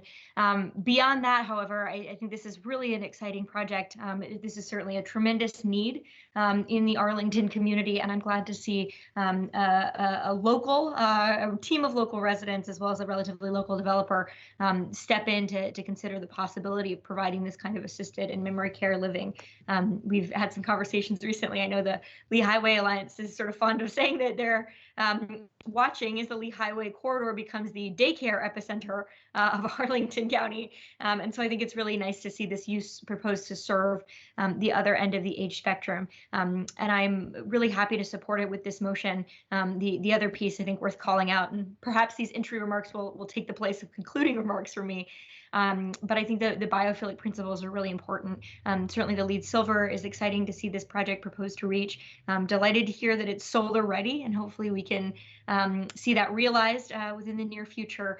And then particularly in the physical structure, the access to the outdoors, for it sounded like from the presentation, every resident, which is really important, and the opportunity for your residents to connect with other members of the community in this publicly accessible open space, I think really underscores the importance of biophilic principles, access to nature, particularly for a population. And I know we have lots of research showing the importance of combating isolation as folks get older and maybe are in assisted living situations. So I'm glad to see these principles reflected in the architecture and the proposal. Again, looking forward to that conversation about affordability, but glad to support it.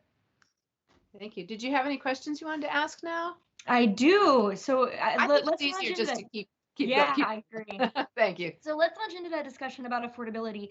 I think we have a nice opportunity because we have the applicant here to maybe start better understanding the scope of the problem. So I wonder if I could ask maybe Mr. Hicks or another one of your teammates, could you tell us a little bit about what it would take for a private facility like Artis to take what I believe are auxiliary grants, is the form that the state offers for those who need assisted livings.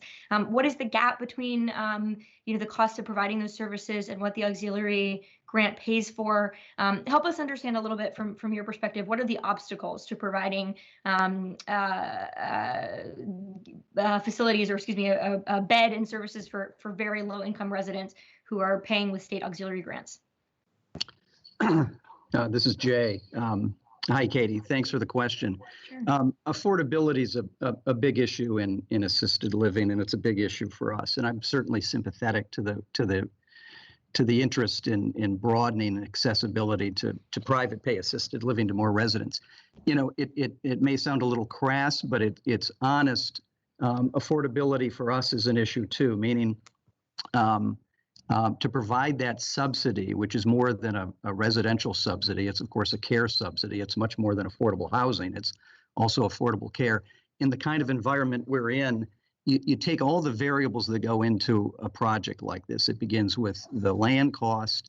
It begins with labor rates. It begins with taxes. It begins with county contributions and whatnot. And I think the single biggest thing we experienced going into this project was astronomical construction costs, just amazingly expensive, rapidly escalating construction of the sort I've never seen personally, professionally, that challenged the fundamentals of this project. And I went into this process with an open mind, understanding the basics of the auxiliary grant program and knowing, being such a longtime county resident, that affordability in all forms is important. The harsh reality was that this project at this time just can't afford it. And I tried to be open. I was open-minded and have been as candid and transparent about our learning as we go. It's a function of understanding what we can afford in the marketplace. It's a function of understanding what we can charge our private pay residents that would essentially be subsidizing and making up any shortfall in the auxiliary grant program. And when you put all that together, there just wasn't room for it. I hate to say that. It's unfortunate, but it's a inconvenient truth of this project. So to put a finer point on that, the obstacle is basically between what the auxiliary grant might pay for, and then the costs to artists of paying off those capital costs of building the facility as well as the labor costs. The delta between those two things is too big. You all would have to have an alternative source of revenue to close it. But essentially, there is a gap. And don't hold me to these numbers. I'm sure someone may correct me if I'm off. The last time I checked, I think the auxiliary grant program provided a subsidy that translated into maybe $48, $49, $50 a day. That contrasts with a cost to provide care in excess of $200 a day. And dealing in those numbers, it sounds like hundreds of dollars, and it's in the margins, but across that many residents writ large across the project, it does have a meaningful and measurable impact on the viability of a project. Yeah. Mr. Hicks, thank you. I mean, I think that the sum of all of that is that there is an imperative for us to think about our role as local government. The state auxiliary grants are clearly not enough to realize this type of housing for folks who need it and are low income. And so I'd like to explore a little bit. I know we have Mr. Tucker here, as well as staff from Aging and Disability Services, the Director, Ms. Baduckenfeld and Ms. Coates. Thank you for joining us. So I'd like to start kind of teasing out some potential opportunities for exploration there. I'm also mindful that I'm sort of commandeering the floor here, Madam Chair. Shall I keep going? Would it be appropriate for me to pause for a minute? I think it's working. Okay. Yeah, if my colleagues start to object, I'll let you know, but I'm happy with it. That sounds great. Thank you. So I think, I come to this and I just want to pause actually briefly to thank the Commission on Aging, which has really been pushing this issue, knowing how great the need is. So I know, when I, in conversations with them, I've sort of come at this from, we have investments either on the capital side with the AHIF, where we give loans to tackle what Mr. Hicks was describing as the very high construction cost or land acquisition cost. And then we come at it on the sort of operating, so to speak, side with the housing grant. So I know that staff is considering the need for affordable senior living as an area for further study with the Affordable Housing Master Plan. But I wonder, Mr. Tucker, this may be for you. Can you just talk to us a little bit about some of the obstacles for either using those AHIF dollars to sort of buy down the affordability at the point of construction, and then what some of the obstacles are with using housing grants to fill some of that operating gap that we were just talking about with Mr. Hicks? Sure. This is Richard Tucker with the Housing Division. There is a bit of incongruity, I guess, with using AHIF funds, although the county board could use those funds to contribute to the construction costs for the project, but that those funds, if they were made available, or if they were contributed to the project, have an indirect impact on offsetting costs or offsetting the debt that the developer would have. So it's not a dollar for dollar in the long run reduction in their ability to provide a unit. You don't buy necessarily a whole unit in this rental scenario that we're talking about. The other thing is there's a definitional problem. What is the definition of a unit? In many cases, depending on the type of senior housing proposal, there could be a bed made available to an individual who's residing there. In other cases, there is what anyone would think of as a unit with a kitchen, a bathroom, and a private locked door. So depending on the type of use that we're talking about, we may not be able to classify it as a unit. And so there's a definitional constraint there that we would have to sort through. Looking at housing grant, right now the guidance for the housing grant prohibits the use of the housing grant when there are other assistance that maybe the applicant or the resident would be eligible for. So in this case, the same person who might be eligible for a housing grant would also be eligible for auxiliary grant through the state. So those two sort of cancel each other out. So in order to use housing grant to assist an individual, there would need to be a change to the program guidelines for a housing grant. And obviously, when we're talking about the cost of offsetting the unit cost or the bed cost and the cost for the services, that would significantly drain the housing grant program. So we probably need to look at additional funding to make that all work out.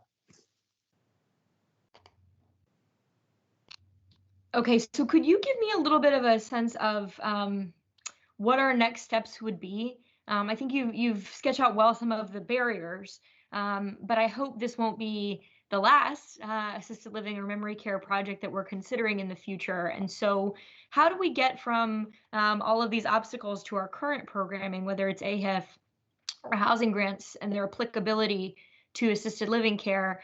How do we get from here where we can talk about all the barriers and we're seeing a project that is otherwise terrific but provides no options for affordability go forward?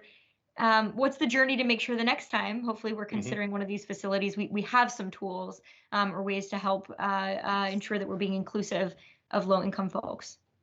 Sure. So when Nick Rogers in the Planning Division worked on the zoning ordinance amendments, the series of amendments that have happened over the last 6 to 8 months, this problem was identified that we don't have a specific way to address affordability for these senior housing developments. So we've added this as a work item on the work program to start in the third quarter of this year. So we will have a process going forward lasting approximately a year to address this particular issue and come up with a strategy or policy and or ordinance changes that would enable the county board to ensure affordability with any subsequent applications that come forward. The specifics of that planning process or that review process has not been outlined. As you may know, given the COVID-19 impact on our budget and our work plan, we hope to come back to the county manager in the next 30 to 60 days with an update to our work program. Incorporated within that will be more details about this particular process and how we hope to accomplish it over the next calendar year. Okay. Mr. Tucker, I appreciate that. And, as much as I wish we had some tools to support the realization of affordable units in this project, I am modestly encouraged, right, that we at least got a plan to consider it as part of the next. So with that, Madam Chair, I think I'll yield the floor. I really appreciate the opportunity to go down this path a little bit. No, of course, there's been a lot of interest. I think we've received most of the comments from people who've been on this area. Thank you. Mr. DeFranti, do you have any questions, comments? Sure. First on the housings, really glad you had those, we surfaced those questions. And I'm looking forward to the work that Mr. Tucker and the team in the housing division, Ms. Venencia and all will do. It's very important. I think it was like 28 years ago, my first volunteering was at a senior home for low-income folks. And as an 18-year-old, that left a long impression. So just to thank you for that. My question really is on parking for Ms. We received just a couple of notes that I think are worth surfacing, and I think it's from Ms. Walentish, but it might be others. Mr. Green wrote in on the parking ratio, and then in the staff report, there's a mention of the 0.5 ratio, and the actual ratio in this case, I think, is 0.6 or just slightly above.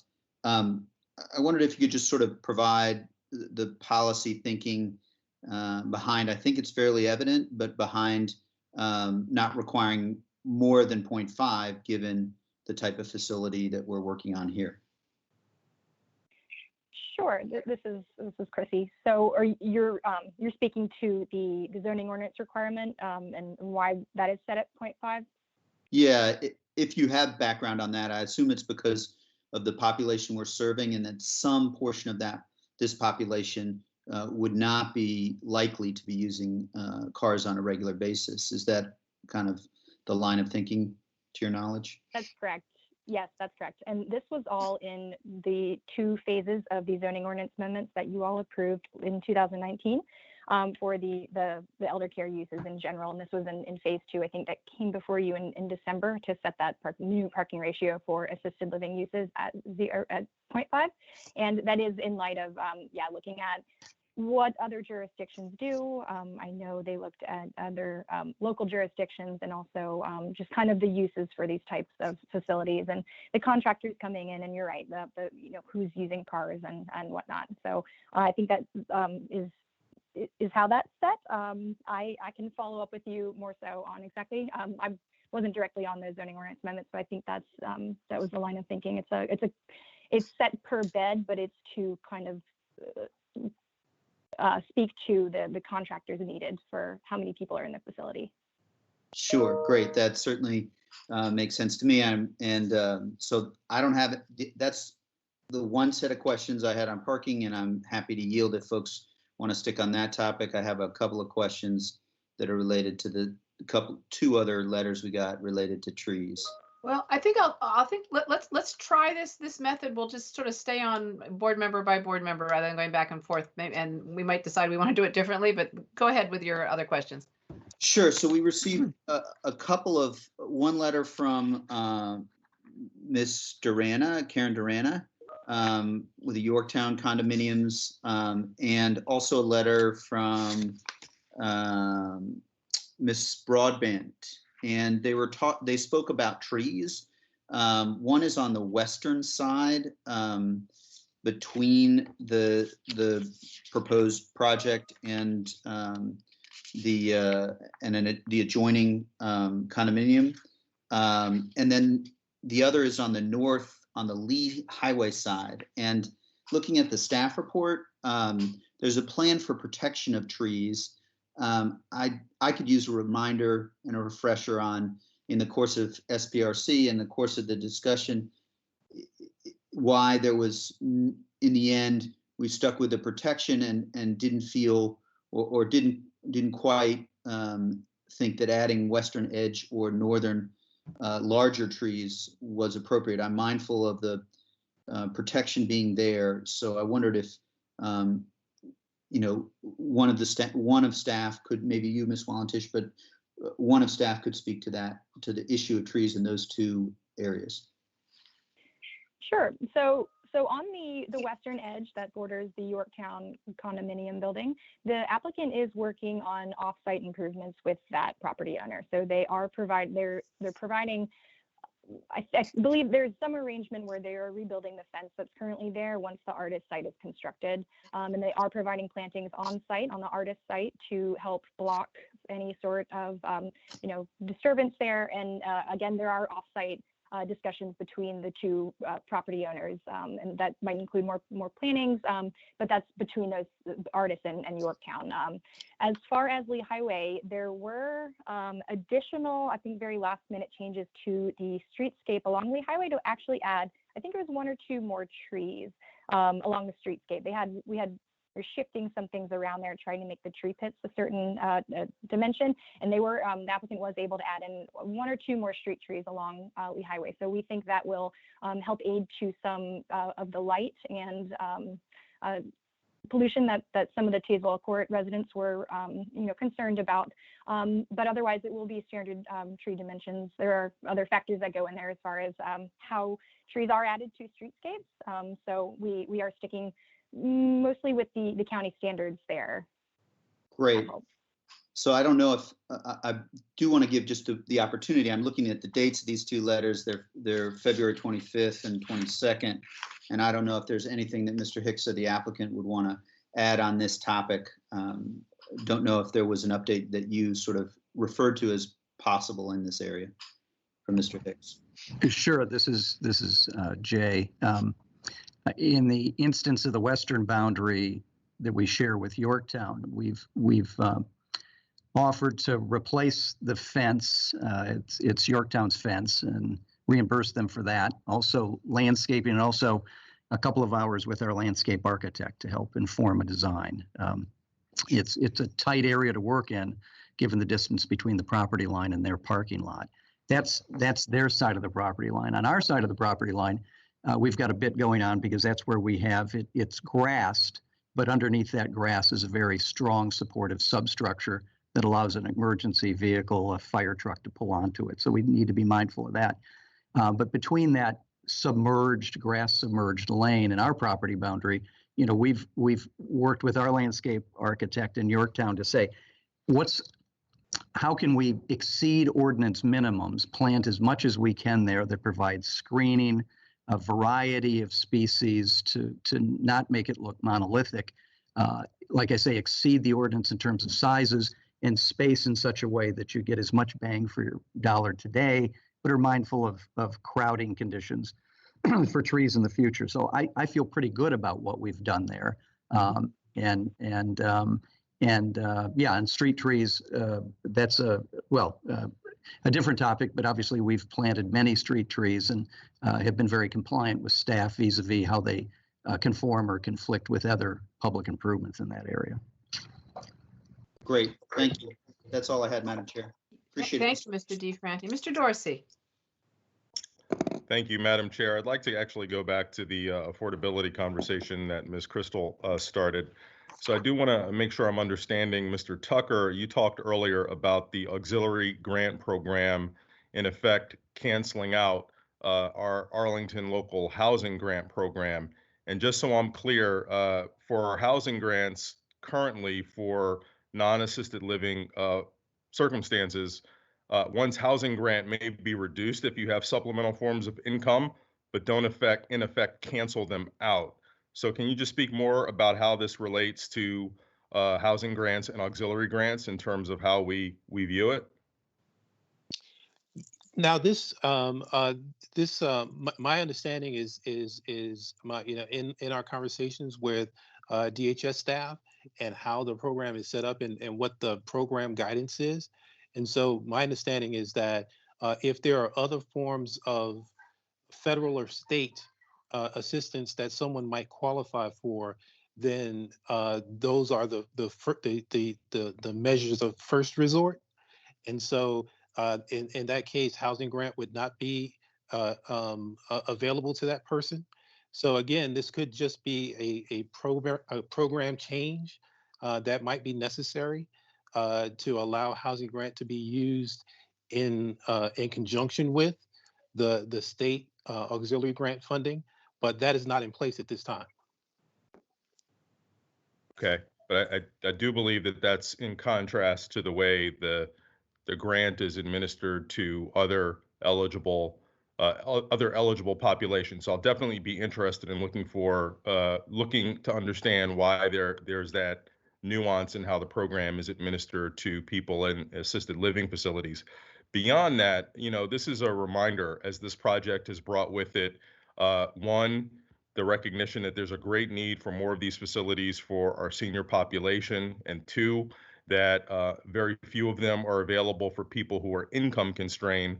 We always look to land use to deliver on our affordability goals, and this is a good reminder that land use doesn't necessarily bring about the ability to meet our affordability goals unless there's increased value through substantial increases in density that the project will deliver, or there is a mission-driven organization like a nonprofit who will be operating it, or usually a combination of the two. You're not necessarily going to get the translation into affordability with operations as are required with an assisted living facility. So I would be interested in figuring out what are different program models that we can use to really meet this need. The auxiliary grant program, as useful as it is, unfortunately, is not adjusted with market conditions. It's adjusted by acts of the General Assembly. So it often, for a period of time, falls behind meeting very critical needs. And I think it's up to us as part of this review, Mr. Tucker, to think about other models for actually working in concert, government with the resources of an individual to produce affordable but quality assisted living care. So I encourage that work. I look forward to its byproduct. And Madam Chair, while we're here, I'll just make a very quick closing comment so we can be efficient through this meeting. I'd like to, from a land use perspective, applaud everyone involved.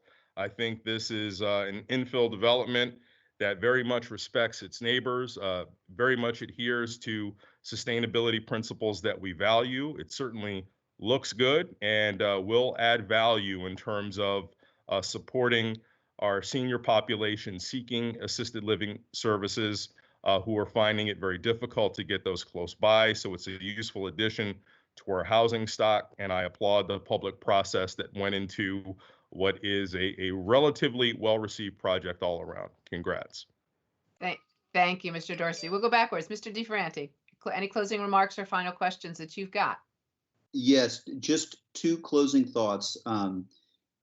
First, I had the opportunity to go hear Mr. Hicks in an open public meeting at the Lee Highway Alliance, and this is an example of thorough public process leading to very, very broad support for the project. And I think it's reflected in the final application in the product that what we're going to see out of this. So a big thank you to the applicant and to the Lee Highway Alliance for being part of that. And then just want to note the LEED Silver agreement and the indication that solar on top of the building is going to be a piece of this.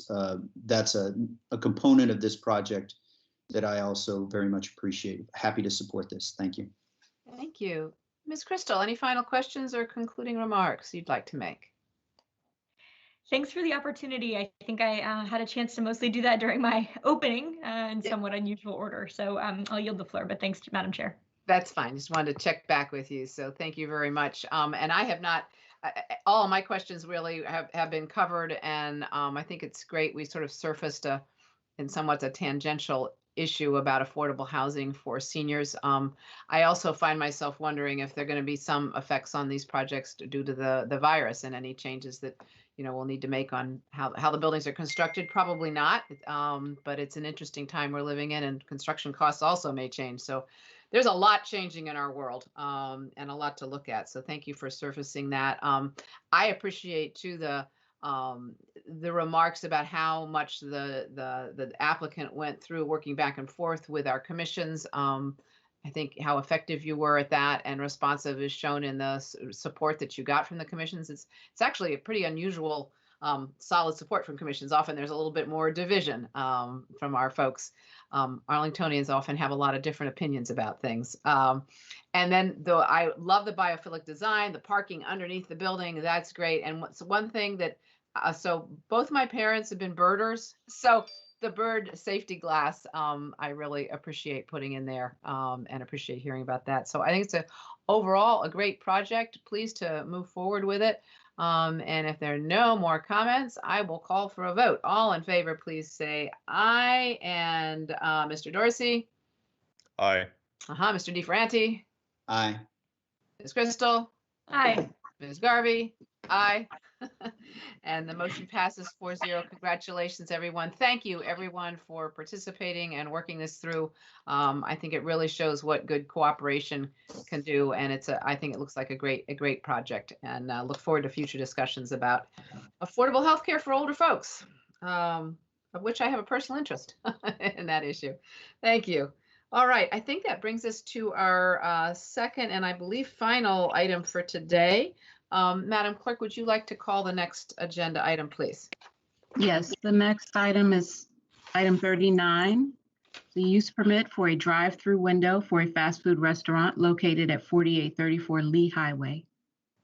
Thank you. And Mr. Schwartz, would you like to start us off? Sure, Madam Chair. Welcoming for his first presentation before the county board is Kevin Lamb from CPHD Planning, and he's joined by Jane Kim from DES Transportation. So over to you, Mr. Lamb. All right. Thank you. Welcome, Mr. Lamb. We don't usually do it this way, but maybe we do now. Welcome. Yeah, it's a unique introduction for sure. Yeah. But good morning, Madam Chair and members of the board. Again, my name is Kevin Lamb, and I'm with the Planning Division. And I will just share my screen right now. All right. So this is a use permit request for a drive-through window for McDonald's located at 4834 Lee Highway. The applicant is proposing to expand the existing drive-through to accommodate a side-by-side ordering system, as well as creating a new drive aisle parallel to Lee Highway to allow for on-site circulation and reducing the width of the eastern curb cut. So since the establishment of the existing drive-through predates the zoning ordinance provisions requiring a use permit for the restaurants with drive-through windows, it is considered legally non-conforming and requires a use permit to expand. The existing site is comprised of a single-story McDonald's with 34 parking spaces and 13 standing spaces in the drive-through lane. The existing drive-through consists of a single lane with one ordering box right here and 2 pickup windows. So as shown in these site photos, the area between the restaurant and the sidewalk contains things such as landscaping, flagpoles, a concrete pathway leading to the McDonald's entrance, and off to the side right here is a designated drive-through customer waiting space. So as currently proposed, the site will add a new 12-foot wide drive aisle located between the restaurant entrance and Lee Highway, which is designed to allow customers looking for parking to recirculate on site without having to exit onto Lee Highway and then re-entering the site via these median breaks. So separate from this use permit request, the applicant also plans to replace the existing McDonald's with a new 2-story restaurant. The addition of a new drive aisle poses several issues regarding pedestrian safety and site circulation that I will briefly go over now. So first, the drive aisle will create an additional area of conflict for pedestrians seeking to access the main entrance of the restaurant from the sidewalk. It will essentially convert the existing landscaping and concrete pathway into impervious surface area with a pedestrian crossing that customers must use in order to access the main entrance. While there are limited use standards for drive-throughs in the county's adopted plans and policies related to this particular location, such use standards may be provided in the future with the planned Lee Highway effort currently underway, which, among other goals, seeks to improve walkability and create a renewed sense of place. So second, the drive aisle raises issues related to site circulation. So while the drive aisle is designed to allow cars to recirculate on site, cars already have the ability to re-enter the site by, again, turning out onto Lee Highway and then turning back in.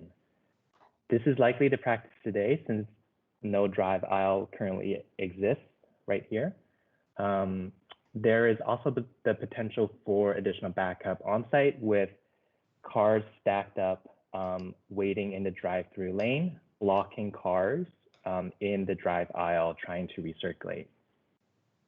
And there's also the potential for significant backup if, say, there is enough cars in the drive aisle being blocked by cars in the drive-through lane, or if drivers mistakenly think this drive aisle is part of the drive-through lane itself. So with the site already overparked at 32 spaces versus the 20 spaces required, it is also unclear of how much of a need it is for drivers to recirculate in order to find available parking. So overall, with the drive aisle serving cars looking for parking rather than creating additional capacity for the drive-through, it does not help alleviate the stacking issues related to the drive-through and is not necessary to operate the drive-through use for which this use permit is ultimately for. Staff have worked with the applicant to address some of these issues, which they have made an effort to address through revised plans. Both staff and the applicant understand where each other is coming from regarding the site configuration and the introduction of the drive aisle. However, staff's recommendation for denial is based on this key design element pertaining to the site layout rather than the drive-through use itself. Since the date of the board report, the John M. Langston Citizens Association submitted a letter to support denial. So with that, I, along with Jane Kim from DES, will be here to answer any questions you may have. Thank you very much, Mr. Lamb. And I believe now we have our applicant with us. Yes, good morning, Madam Chair. This is Evan Pritchard with Venable here on behalf of the applicant. Good morning. I'm going to see, good morning. I'm going to see if I can share my screen here. Can you see my screen now? Not yet.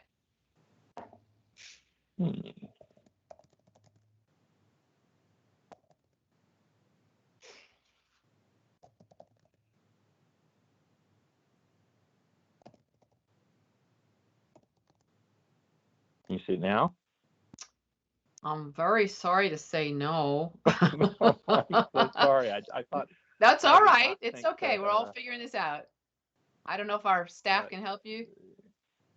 I think I've got it now. Third time is hopefully the charm. Bingo. Whoops. It just disappeared. Awesome. All right. We're good. All right. Well, first off, let me join others before me in expressing my sorrow at the passing of Mr. Gutschall.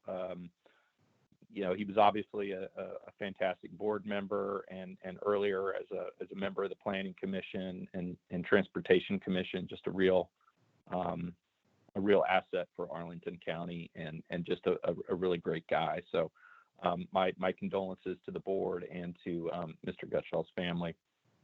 Thank you. I also want to thank all the members of the board and staff for their leadership in providing this platform, electronic platform for continuing with moving land use applications forward.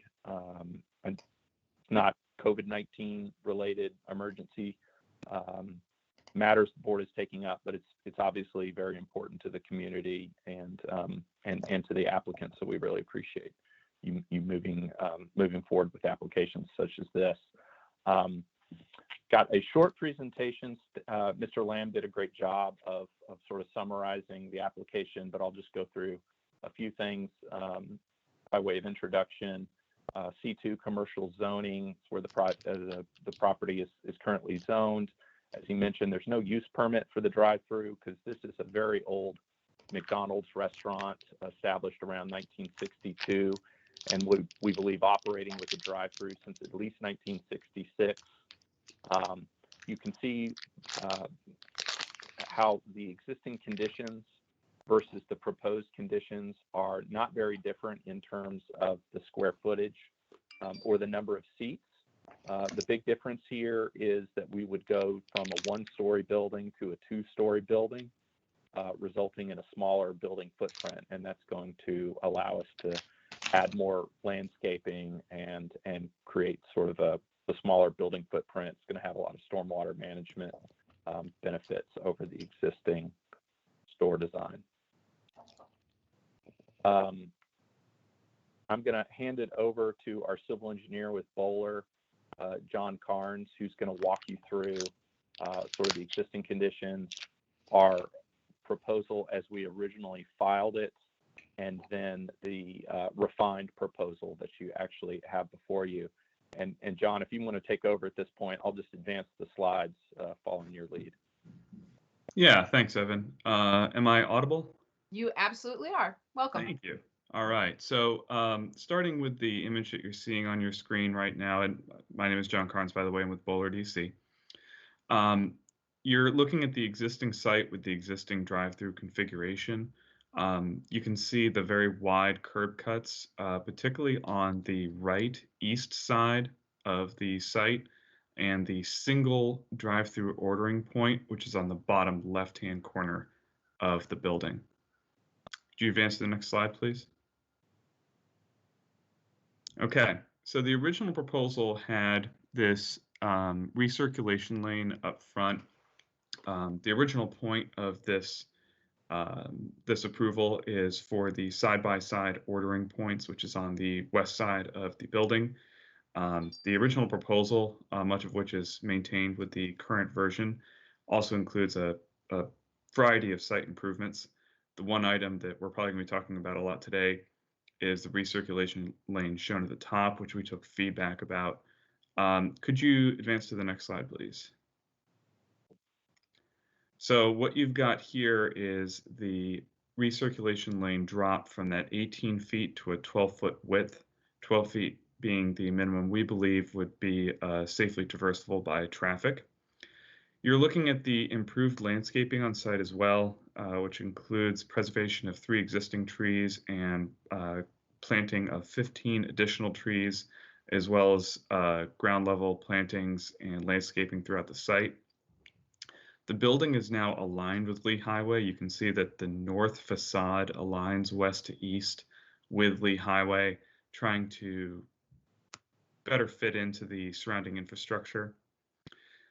The building and the overall site has an improved environmental performance. What we're proposing to do is to bring the site up to full compliance with the 2014 stormwater management regs.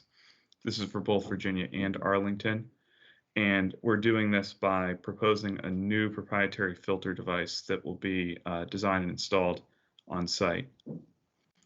One of the big improvements we're doing with this project is reducing the curb cut width. So you can see on the west and especially the east entrance, we've reduced the curb cut width.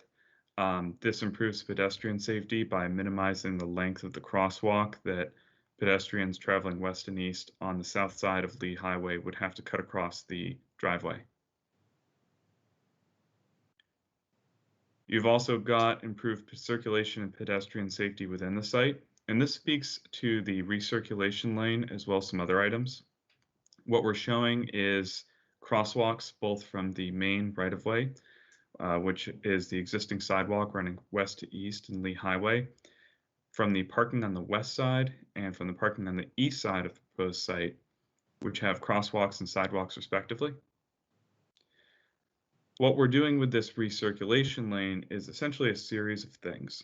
So this proposed alignment is driven by a larger study that McDonald's had performed, not just for this location, but for many similar performing locations across the US. And what they found is that today and with today's customers, it's very frequent that after getting through the delivery windows, the order windows, customers will circle back and either one, order something that they maybe forgot to order, or more likely find parking where they may be eating part of their lunch in the car or getting things organized or distributing stuff to the kids. And that sites that don't allow for vehicles to get back to a parking space can create a lot of congestion. Now, the drive aisle on the east side of the site you can see is one way, so the cars can't really just make a right-hand turn, and even if they did, that might create a little bit of congestion by the entrance. If we were to remove the recirculation lane entirely, those vehicles would have to exit at the east entrance of Lee Highway, make a left-hand turn against traffic, stop on Lee Highway, make another left-hand turn against traffic, there we go, cut across pedestrians again, and then find parking. So in other words, you would have up to 3 interruptions with Lee Highway traffic, and you'd be crossing across 3 crosswalks instead of 2 of which are public sidewalks with higher pedestrian volume than the smaller internal crosswalks for McDonald's customers only. So between the traffic conflicts and the pedestrian conflicts, this recirculation lane is intending to minimize points of overlap and therefore improve safety. All right, thank you very much, John. Moving on, this isn't formally part of the application, so I don't believe these elevations were shared with staff because sort of the architecture is not part of the use permit review, but I thought it might be helpful to the board just to give you a preliminary look at what the new building might look like. You've probably seen at other McDonald's locations around the area, a more contemporary wood and metal construction and sort of a more contemporary, updated look that McDonald's is deploying on many of their sites. The new store will also, one question that was raised when we met with the Lee Highway Alliance was whether a play area will be incorporated into the new store. And the answer to that is yes. It still hasn't been determined exactly what form that play element will take. McDonald's is experimenting with some new, interesting, creative designs, but rest assured, there will be something for the kiddos to enjoy in the new store. There's also going to be, also with the change in the new building, it's going to allow for multiple internal operational efficiencies to be realized. You can probably imagine McDonald's is always finding new ways to improve efficiency and how they're in what equipment is installed in their restaurants, and how employees can better serve customers efficiently. So all those will be incorporated into the new building. And the new building will also include a number of green building sustainability features per McDonald's platform-wide policy on things such as improved energy efficiency with LED lighting and more efficient water fixtures, and better use of recycling and ways to curb waste from their operations. So just to briefly summarize, we set about with this project with the goals of improving service for the surrounding community and customers by improving the circulation and convenience, as John sort of set out. Also, as I just mentioned, we're trying to update and improve the appearance of the building, which is long overdue for a refresh. Improve operational efficiency, technology, and sustainability features. Install I think John mentioned in his presentation that we're reducing the curb width on the eastern end of the site to make the site more pedestrian friendly for those walking along Lee Highway. We're also introducing the other sidewalk improvements that he went through. We're enhancing the landscaping, including that new play feature I mentioned.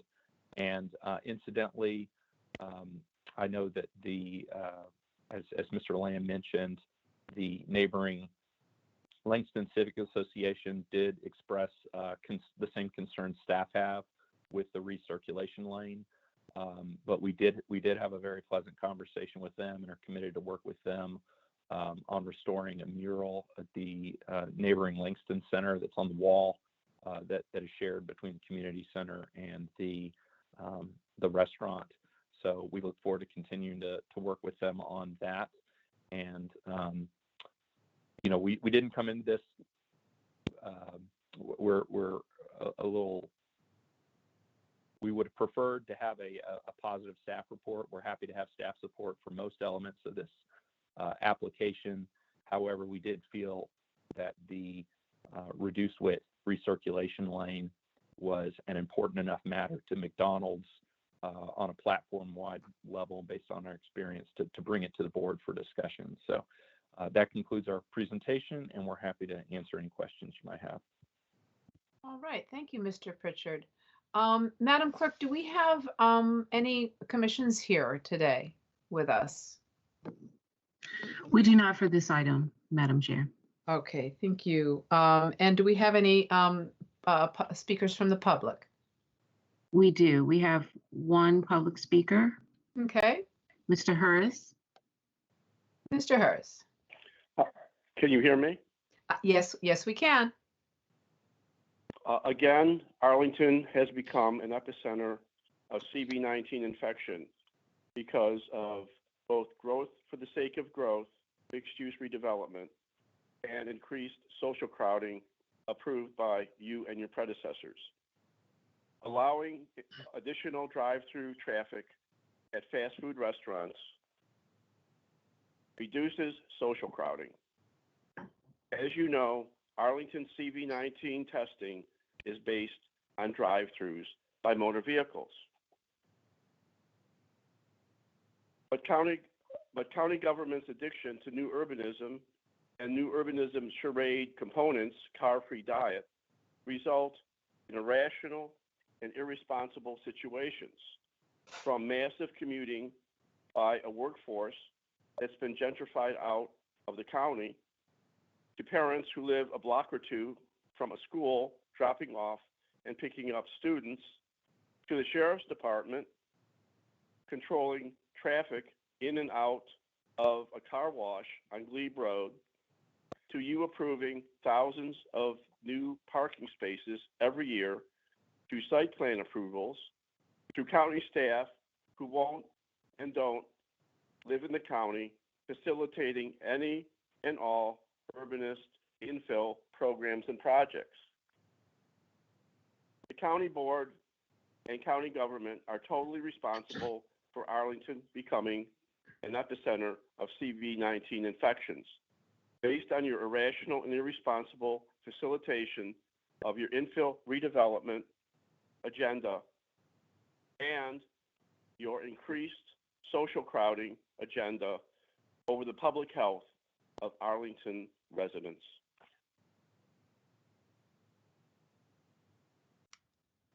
Thank you. Have you concluded, Mr. Hers? All right, I believe he has. Thank you. And Mr. Hurst was our final speaker. Okay, thank you. So the conversation now is with the board colleagues. Why don't we, as we did before, start with a motion. I'll ask Mr. Dorsey to make a motion for us, please. Thank you, Madam Chair. I will move that the county board deny the use permit for a new drive-through window for the existing McDonald's located at 4834 Lee Highway. Thank you. Is there a second? Second.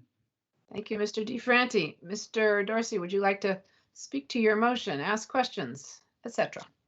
Definitely. So just thank you, Madam Chair. So just I would love to ask the applicant again how they believe the configuration as proposed not only improves conditions from the status quo, but effectively will not create new hazards as outlined by staff. Sure, I'll go first, and then John, you can add whatever I leave out here. This is Evan Pritchard, and I'll go ahead and try to quickly share my screen again.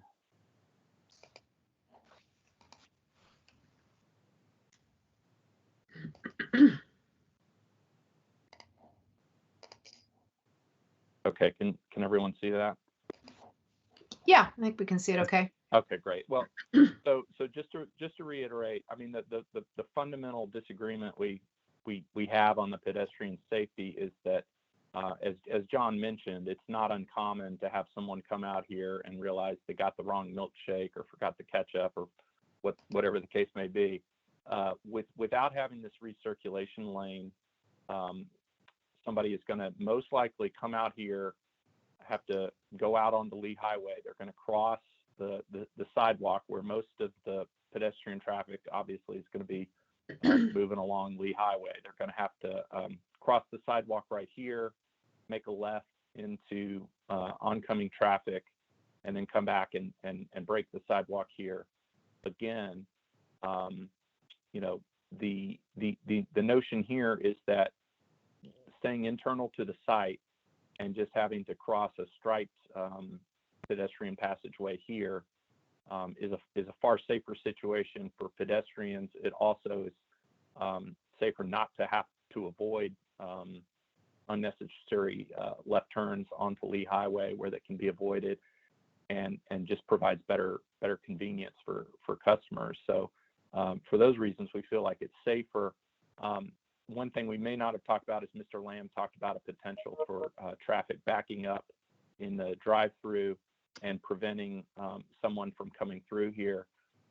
We believe the risk of that is relatively minimal. That's part of the point of having the dual ordering, is to not only make the ordering process more efficient, but to have additional stacking capacity so that it's going to be a pretty rare moment when the traffic is, or rather the waiting vehicles are stacking up all the way back here to prevent this turning movement.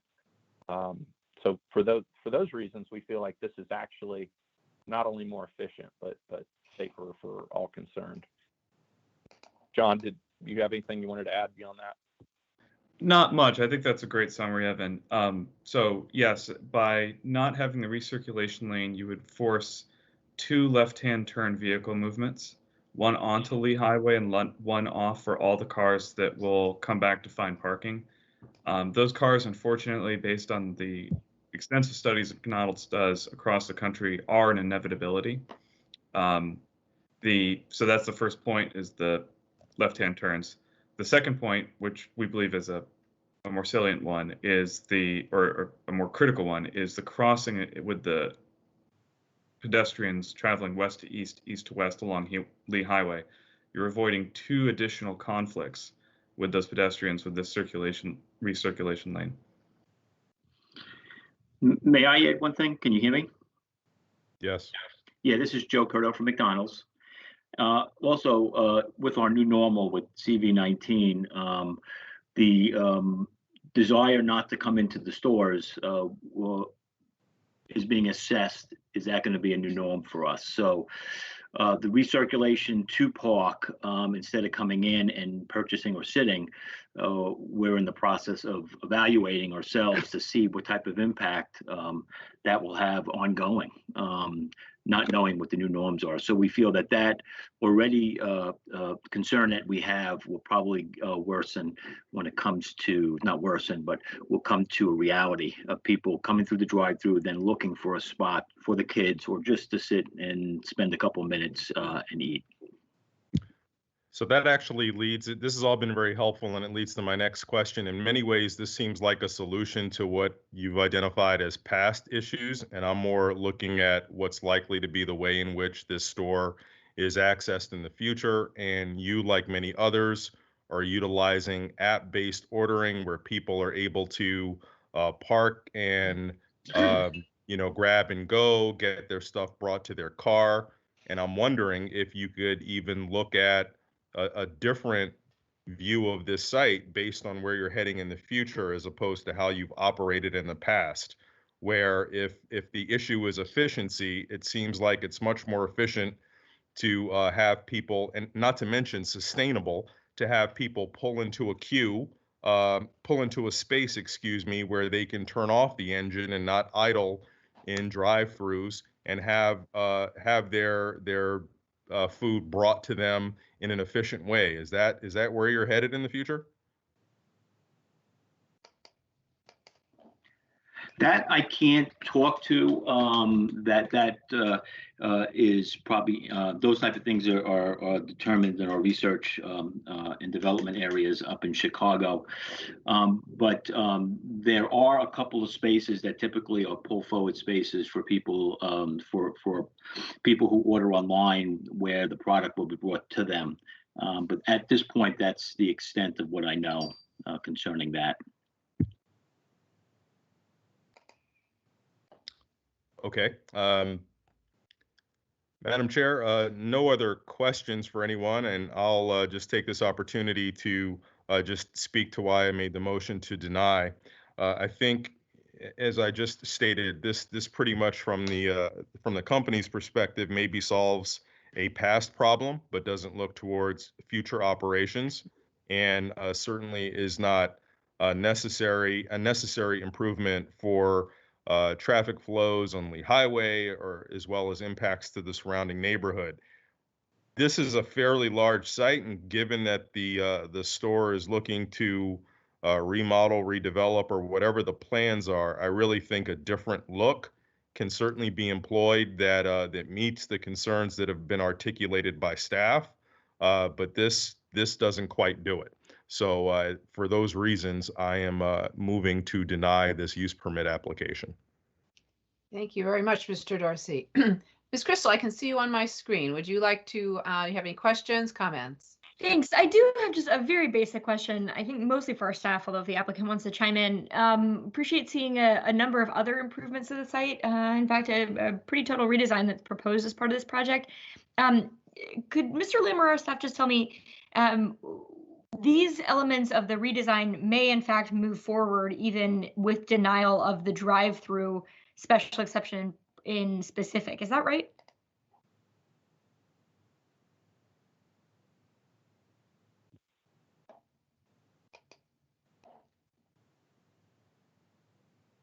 I don't know if Mr. Lamb is, or our staff are on mute. They might be. Sorry about that. That's So okay. our understanding is the site can be redeveloped by right, so outside of this use permit process. And I believe there are plans to do that still, but I would turn to maybe the applicant to answer that. Thank you. Yes, thank Mr. you. Pritchard, if you or your Madam client Chair. would want to speak to it. Yes, yes, ma'am. So that was the initial topic of conversation that we had with the zoning administrator before filing the application. We would be able to remodel the store and make certain changes to the layout. However, we would not be able to make any changes to the existing path and layout of the single ordering lane drive-through that exists today, because that's basically considered by the zoning administrator a non-conforming use, since it predates the requirement for a use permit in the zoning ordinance. Okay. So we would be able to make some changes to the look and feel of the building itself. Okay. But we wouldn't be able to do the other important aspect of this proposal, which is the dual ordering configuration for the drive-through. Okay, so the improved landscaping, the changes to your stormwater management to improve stormwater capture, et cetera, you would not go forward with? Very likely not. We would have to go back and huddle on that, whether it would still make sense to overhaul the store if one of the primary drivers went away. I just can't say. All right, thank you. I don't have any other questions, and I'll just take the opportunity to give a comment or two. I'm prepared to support the motion. I appreciate the time that the applicant spent with us and articulating why you see this as both an operational necessity and an improvement. I do think there are other improvements that you've shown us, particularly with regard to stormwater. Certainly that small but important piece of planning to work on the mural on the shared divider with the neighborhood. I'd love to see those things go forward. And I know from talking to them that our staff are happy to work with the applicant to come up with an alternative plan that protects the safety of pedestrians and drivers, in fact, on the site, and still achieves these other goals. I don't think the plan that we've got in front of us is that, but I am optimistic that between our staff, an applicant that I think has been certainly willing to discuss to date, and a community, and particularly embodied by the Lee Highway Alliance, that's willing to continue to collaborate on a better design. So hopefully we'll see that down the road. And again, I'm prepared to support the motion for Mr. Dorsey. Thank you, Ms. Crystal. Mr. DiFranti. I have one question for staff. I'm just trying to make sure I understand the concerns with respect to traffic are from the recirculation lane and from the entry into the store. And so it seemed to me that the applicant's points with respect to the dual drive-through lane and not being backed up there as far as traffic seemed a little different from my impression of staff's biggest concerns with respect to pedestrian safety. Do I have that right?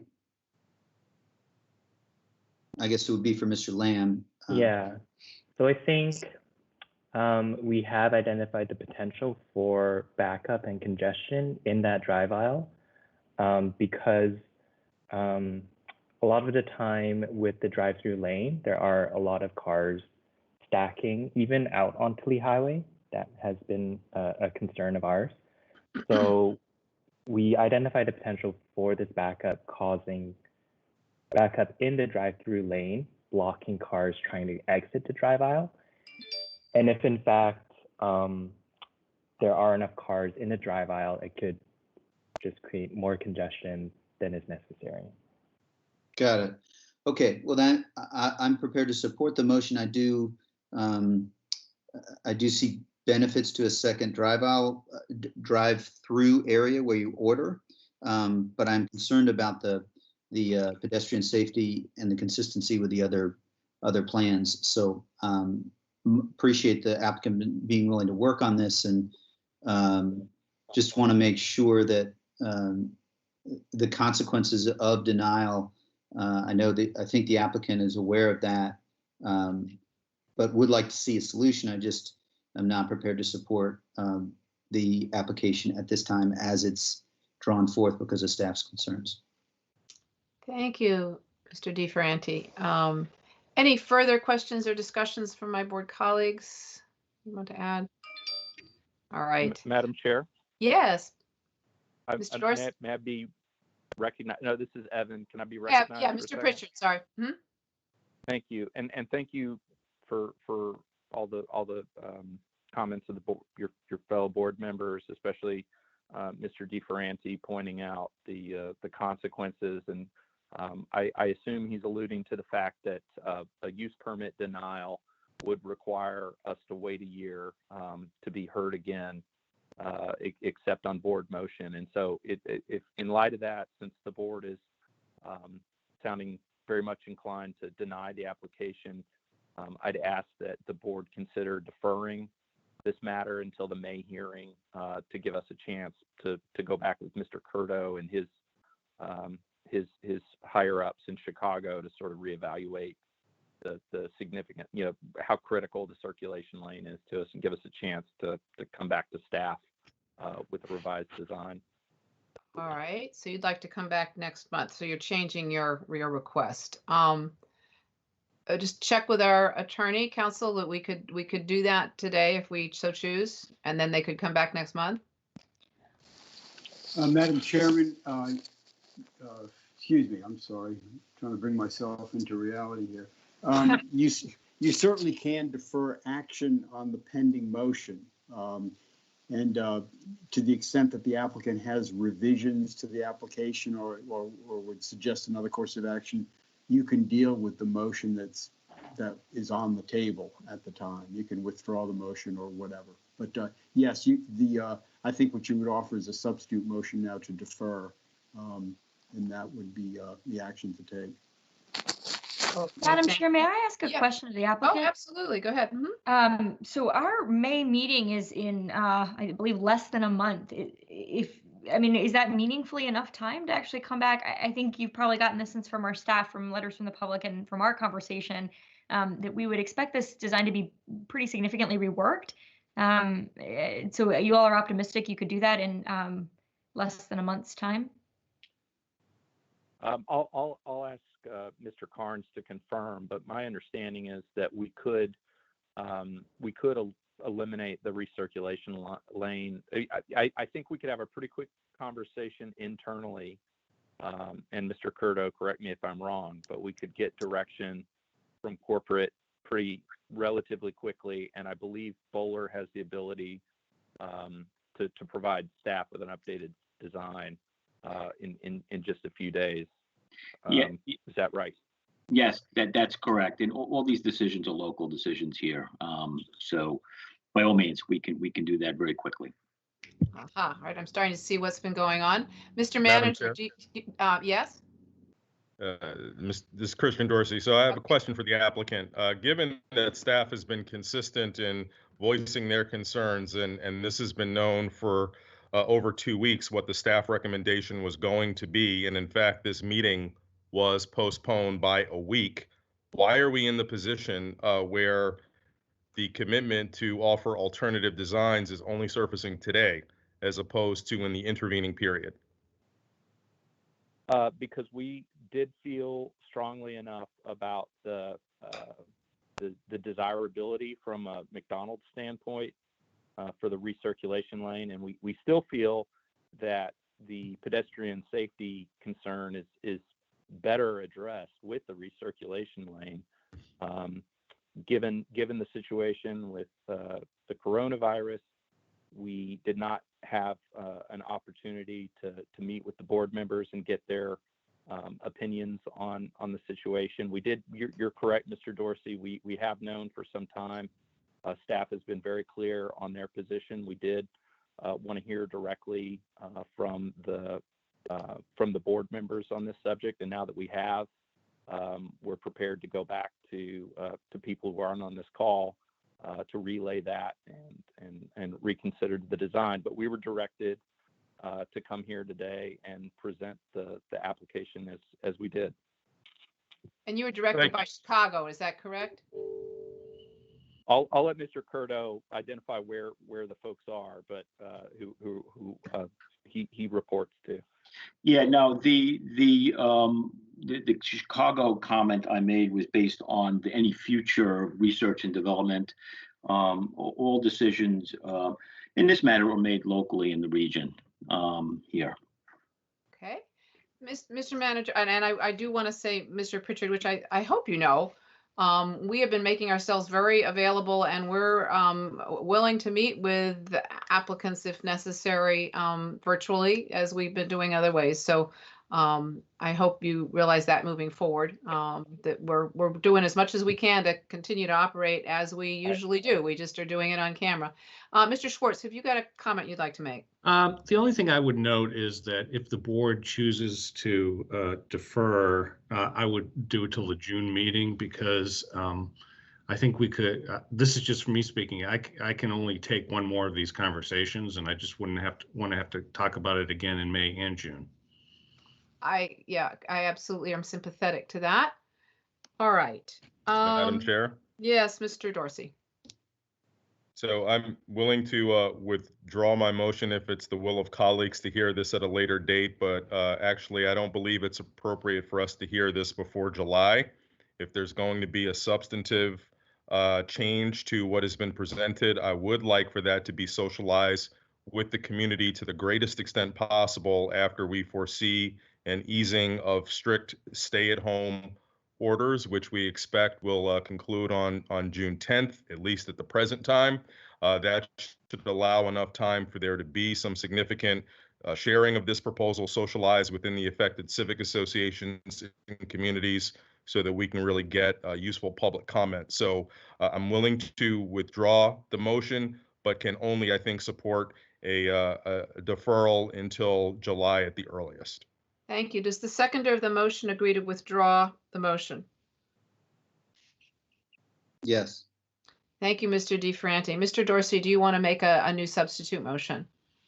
Sure. So I'll move that the county board defer consideration of this use permit request for a new drive-through for the McDonald's located at 4834 Lee Highway, deferring consideration until the July county board meeting.